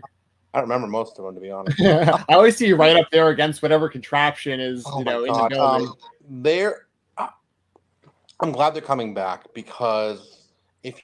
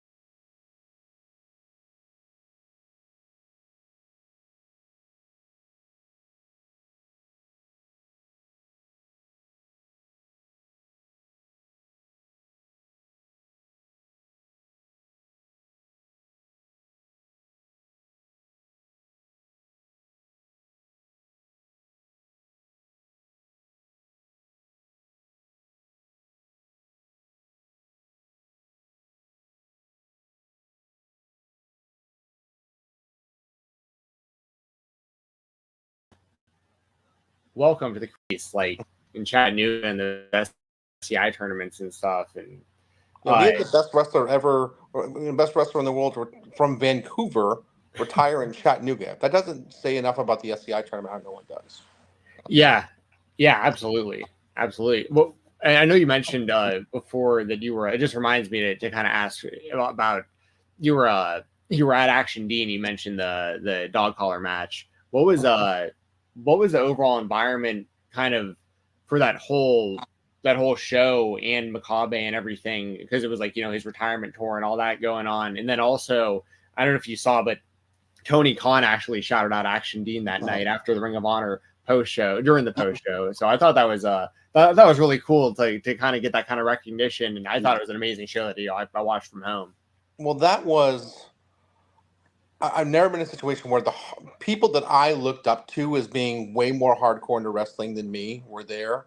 Um, these are going to Kaeda guys and Phil and all. I'm just like, this show was made for those tape traders who were there as early as the late '90s.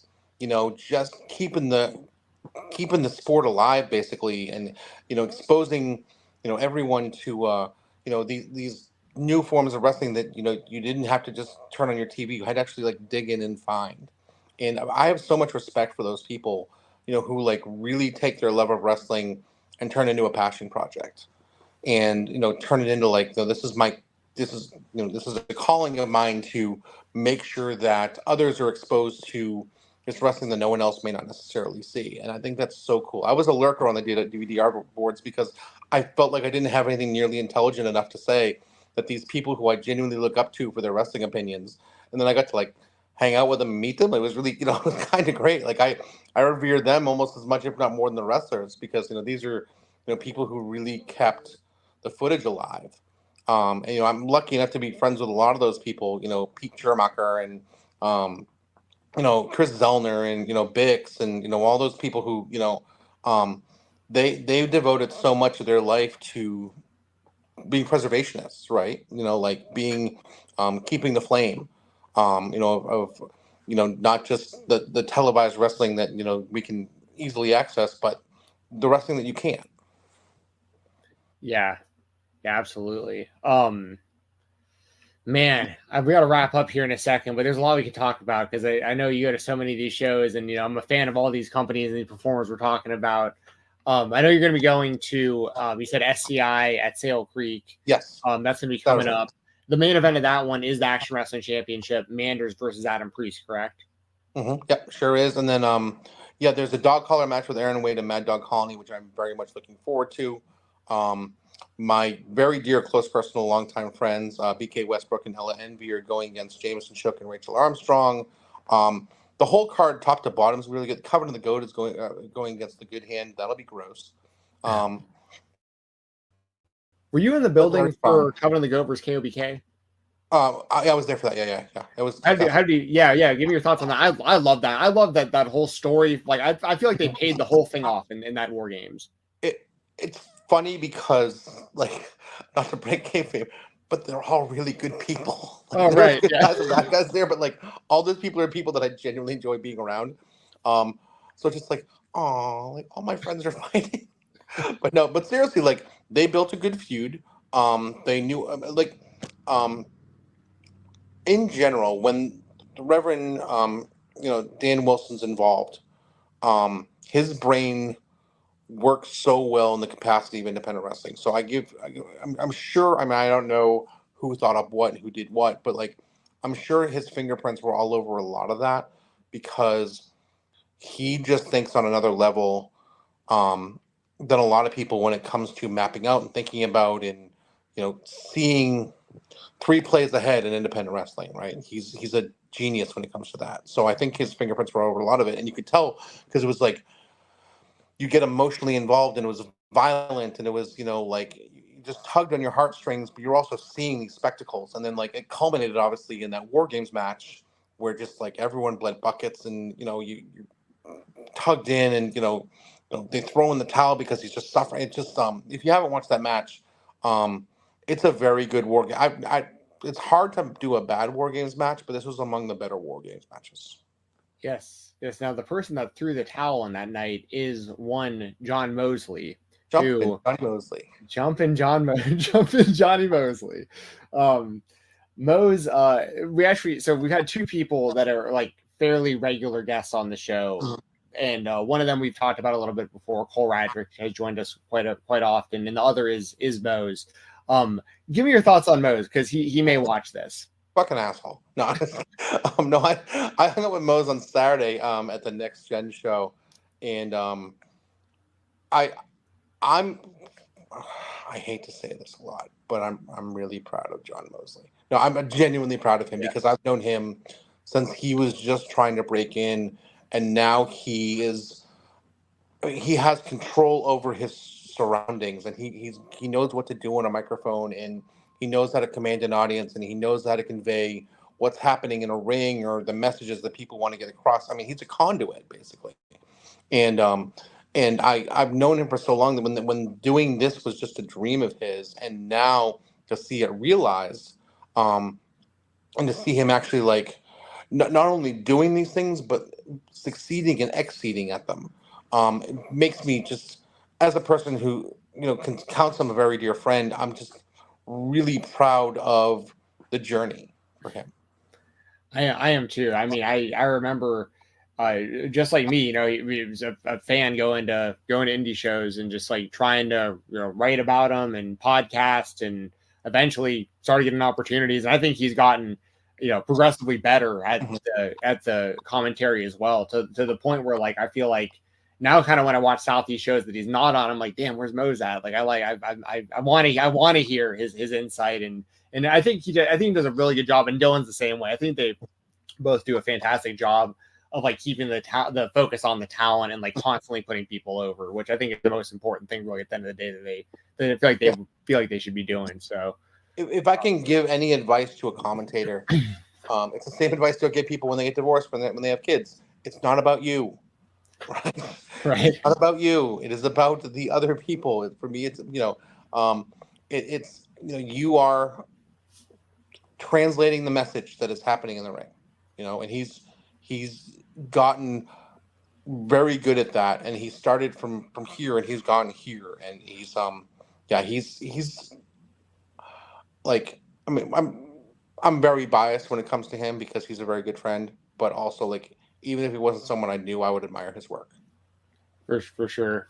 I mean, talking about fans like Mo's who are where he's at now, and you talked about some like the message board guys, Death Valley Driver from like Action D, and who are some other fans you'd like to shout out? Some of the regulars that you see at a lot of these shows. Well, so my show this week, I do a podcast called Row One Seat One, and this will be my 80th episode, and I generally had professional wrestlers on. For the most part, I've had some people kind of tangentially around the business here and there, but generally, my goal with the show is to take this person who someone may have heard of or seen. I'm on the Place to Be network, so it's not necessarily an independent wrestling. People there may not be familiar with independent wrestling as your network or others, but so I'm taking these people kind of flat-footed and introducing them to this whole new audience and just making them into rootable characters and three-dimensional people, and like saying, hey, here's this person you may have heard of on an indie show. Let me tell you what they're like as a real person. So one person who I've really got along with, and he doesn't wrestle, he's just a fan. He's probably been to more shows than I have, and he sits front row just like I do. Is Dylan Hager? I know the name. Yeah, I'm sure I'd recognize the face. I'm sure. Great human being. He's the guy in the green hat at every show in the Midwest. Okay. Yeah. So he and I actually had a chat this week, which is going to release on Friday morning on the Place to Be on the North South Connection podcast network. It just about Mose calls his podcast, I'm pissed he stole it, This Thing of Ours, right? And it's stolen from The Sopranos, obviously, but honestly, this life that we've chosen, where like most all my weekends I'm going to a show of some sort, and I'm getting my kid involved in independent wrestling, and there's when you're a wrestler, obviously you have the motivation that you're gonna exercise your art, or you're gonna work a match, or maybe get paid. Generally get paid, depending on who the promoter is. But for like the hard traveling fans, like myself and like Dylan, and we have a friend Eric Crowder who's at every show. He's and that man loves professional wrestling more than I would ever loved anything in my whole life. It's great. Well, I mean, so here's a story, kind of fan to wrestler. I started someone engaged with me on Twitter, and I was going to a show a weekend in Chicago, and I just got along with him, and we hung out a few times. He lives in Alabama, and I said, hey, you want to travel up with me to these shows? We went to a Black Label weekend basically, and he's like, yeah, I've never really traveled for wrestling. I'm very new to this. I've never really been to a show. Why not? What the heck? Sure. He went to these shows, had his first experience in live wrestling, and he's a larger guy, and he's got a good body for it. So he said, you know what? I could probably do this. And that person is Big Dave. No way. Big Dave. You My just child. beat Adam Priest. Yeah, my child, Big Dave, caught the wrestling bug when I took him on a road trip and said, "This is awesome. I want in." No way. I had no clue. Big Dave, I for better or for worse, I'm responsible for that young. I mean, I'm sure he would have discovered it otherwise, but Big Dave and my buddy Kerry and I went up for a weekend, and he caught the bug, and got to his credit, he trained and he discovered his character, and he's like that all the time, by the way. Big Dave is always big and he's always Dave. I mean, he's my large adult son. But Big Dave, yeah, he crossed the aisle basically, right? And said, we went from fan to wrestler, and he fucking rules. Like, honestly, like, I'm again biased, but like objectively, he's awesome. So did he train? Was he one of Jaden's students? He was a New South guy. He trained okay. Yeah, because he was in Alabama. He's since with Georgia, but he's all over the place now. But yeah, he was a New South guy for the longest time. Yeah. Gotcha. He still works there, but yeah, he comes up to our neck of the woods sometimes too. He works action shows all the time. Yeah, he's really expanded his horizon. He's only like 2 or 3 years in. Like, he's very new. So I feel like I've been seeing a lot more recently in the Southeast, so that totally makes sense. So many of these, I mean, it's funny because like you brought up Jaden a little earlier, but like, you know, we've had him on the show before as well, and like he's one of those guys that like I remember talking to him when he was literally a teenager wanting to get into the SCI tournament, like watching it from his own high school that he graduated from, like from the bleachers, to like helping book the shows now. And he's won the tournament himself, and he's training all these people. And I know people say like, you know, when, you know, years ago, you're like the stigma about him because it was like, who's this kid who's like grandpa gave him a wrestling school, and like, you know, he's in with the wrong crowd and all this stuff. But like, I mean, at this point, it's just wild because now he's like this young veteran who's been around for, I mean, he's like a decade in already. He started when he was 14. Yeah, his first few years of wrestling were not trained correct. It's not my story to tell, but I mean, he's been around for a decade, and I've known him for the better part of a decade. And yeah, he might be one of the 2 or 3 that I'm most proud of as a wrestler and as a man, because I've seen him go from a kid to he runs his own business now. He runs the professional wrestling business, and in his mid-20s, and he travels. He just flew to England this morning to wrestle. Like, what a you know, talk about the boyhood dream, right? Like, I mean, talk about, you know, someone who's realizing that dream. And I mean, he has support, but I mean, it takes a village, you know, and we are all so very much rooting for him to. I mean, he's already made it to a degree. I mean, he runs, you know, his own show and all that sort of stuff. But we all see such bigger things for him, and it's not a matter of if, it's a matter of when. What's it like seeing guys? I mean, guys and girls, of course, but like. You know, some of the people that you've been seeing on, how do I put this? I'm trying to think of the best word of phrasing this. People that might not be at like the level just yet of like notoriety as like a Manders, for instance, that like is pretty well established, like a Josh Bishop we see on Impact and stuff, pretty well established, but we've been seeing for a long time. But then what's it like seeing some of these people right now, like Bobby Flacco, who you've seen a lot, get over massively where you go to shows, and guys like Hunter Drake, who big time in New South, and now also big time in like action in this area and stuff. Now they're starting to become regulars on GCW, and now it's like way more people seem to be talking about them. What's it like seeing like Rico Gonzalez is one that like is like ready to break out big time, you know? So like, what's it like seeing like that level of like, you know, going from like, you know, pretty much just, if you know, to like now the wrestling world is talking about you pretty much every weekend. Well, actually, on Sunday I had a conversation with Billy Starks' dad. I saw him at a house, and she's that's the story, right? That's the. I mean, I've known her since she was 14, and you knew when she was 14. You're like, okay, like this kid's gonna get her reps, and she's gonna work hard, and she's got all the right people in her corner, and she's doing it the right way, and she's to her credit, she has these amazing personal qualities of she's just intelligent and can see through bullshit, and she's got it, but you just had to Mouse is her dad, and he used to joke that he was like LeVar Ball, basically. Yes. Well, the whole brand was the Big Baller logo. Yeah, the Big Sharks brand. But honestly, the way it's almost not a joke. The way that they cultivated her career and put all the best possible avenues in front of her to succeed. But I mean, she was still started out a 14-year-old kid who just happened to like wrestling, and now she's getting paid by Tony Khan every week. That's the trajectory. But do I see that path for a Jameson Shook or a Casey Owens? I mean, they may not have started when they were 14, but I can see, Jameson being on TV in, 3, 5, 7 years. Sure, absolutely. He's got it. Rico's got it. And there's so many amazing talents who you can tell, like they're doing really good things now, but man, I can't wait to see in 3 years.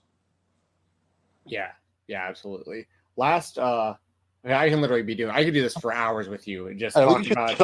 I'd love to come on again. Honestly, you guys are fun. Yeah. I appreciate that. I mean, we will definitely have you on again soon. You've been in our orbit for the longest time. We only record one interview a week, so it's like, and I start feeling bad after a while. I'm like, man, I think I've interviewed all this guy. I've interviewed everyone this guy knows, and now it's time to get him on. It's like, you must hit the bottom of the barrel. You ran out of guests now. You're like, oh shit, No. To be completely honest, you've been on my list for a long time. It was a matter of the right time. Then I actually saw that you were trying to get like a pod. I know you had your podcast going already, but I saw you were looking for like an interview, I think yesterday, and I was like, he's looking for an interview. I want to interview Ben. Why now would be perfect for this? I appreciate it. So. But the last person I want to ask you about, because he meant a lot to the Southeast, pretty much across every promotion that we're talking about, but currently inactive. Maybe he'll come back one day, maybe not. But AC Mac, thoughts on AC Mac? I want to blow up his spot so bad. No, he's much happier now. I talked with him a couple weeks ago. I can blow this up. Him and Rico Gonzalez just got married. Awesome. They are the happiest couple in the whole wide world. AC, I don't know if he's going to come back. He seems pretty content with his decision, but again, there's that supernova quality that he had, because he's so magnetic, right? He's just a magnetic person, and I still to this day on the Indies have yet to see anyone who command a microphone like AC Mack. He was a very good wrestler, but he has the gift of gab, and no one else had since or before on the Indies really that ability that he had on a microphone. It was like going to church, honestly. It was, he has that like full on Sunday preacher thing. And I mean that in the most complimentary way. It also doesn't hurt that he's the best guy. He's just a genuinely good person. And whether he does come back or does not, I think he's very content in what he accomplished. I talked about the loudest crowd pop I've ever heard in my life. The second, probably tied for first, maybe loudest crowd pop I've ever heard in my life, was AC Mack winning the IWTV Championship in the Action Arena. That was emotional, and it was organic, and the reason for that, and the reason that the crowd reacted so viscerally, was that he was our guy, right? He was on the first Action show, and he was on pretty much every Action show for a solid 4 or 5 years, and he was a heel sometimes, he was a babyface sometimes, but he was always our guy.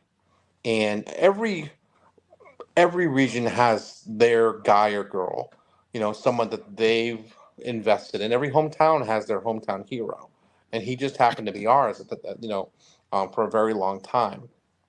And so when your hometown hero makes it and accomplishes something as, over Alex Shelley, the IWTV title, something he really wanted, something that, that means such a big deal, something that commands a lot of respect. I mean, I love those moments where wrestling makes you feel real emotions. That was one of them. Yeah, that was one of my favorite moments. I mean, like when he won the IWTV title, like that crowd response was amazing, and the speech afterwards and everything was like, I mean, it was a historical moment for a lot of reasons. I mean, it was a very, very, very cool thing to see.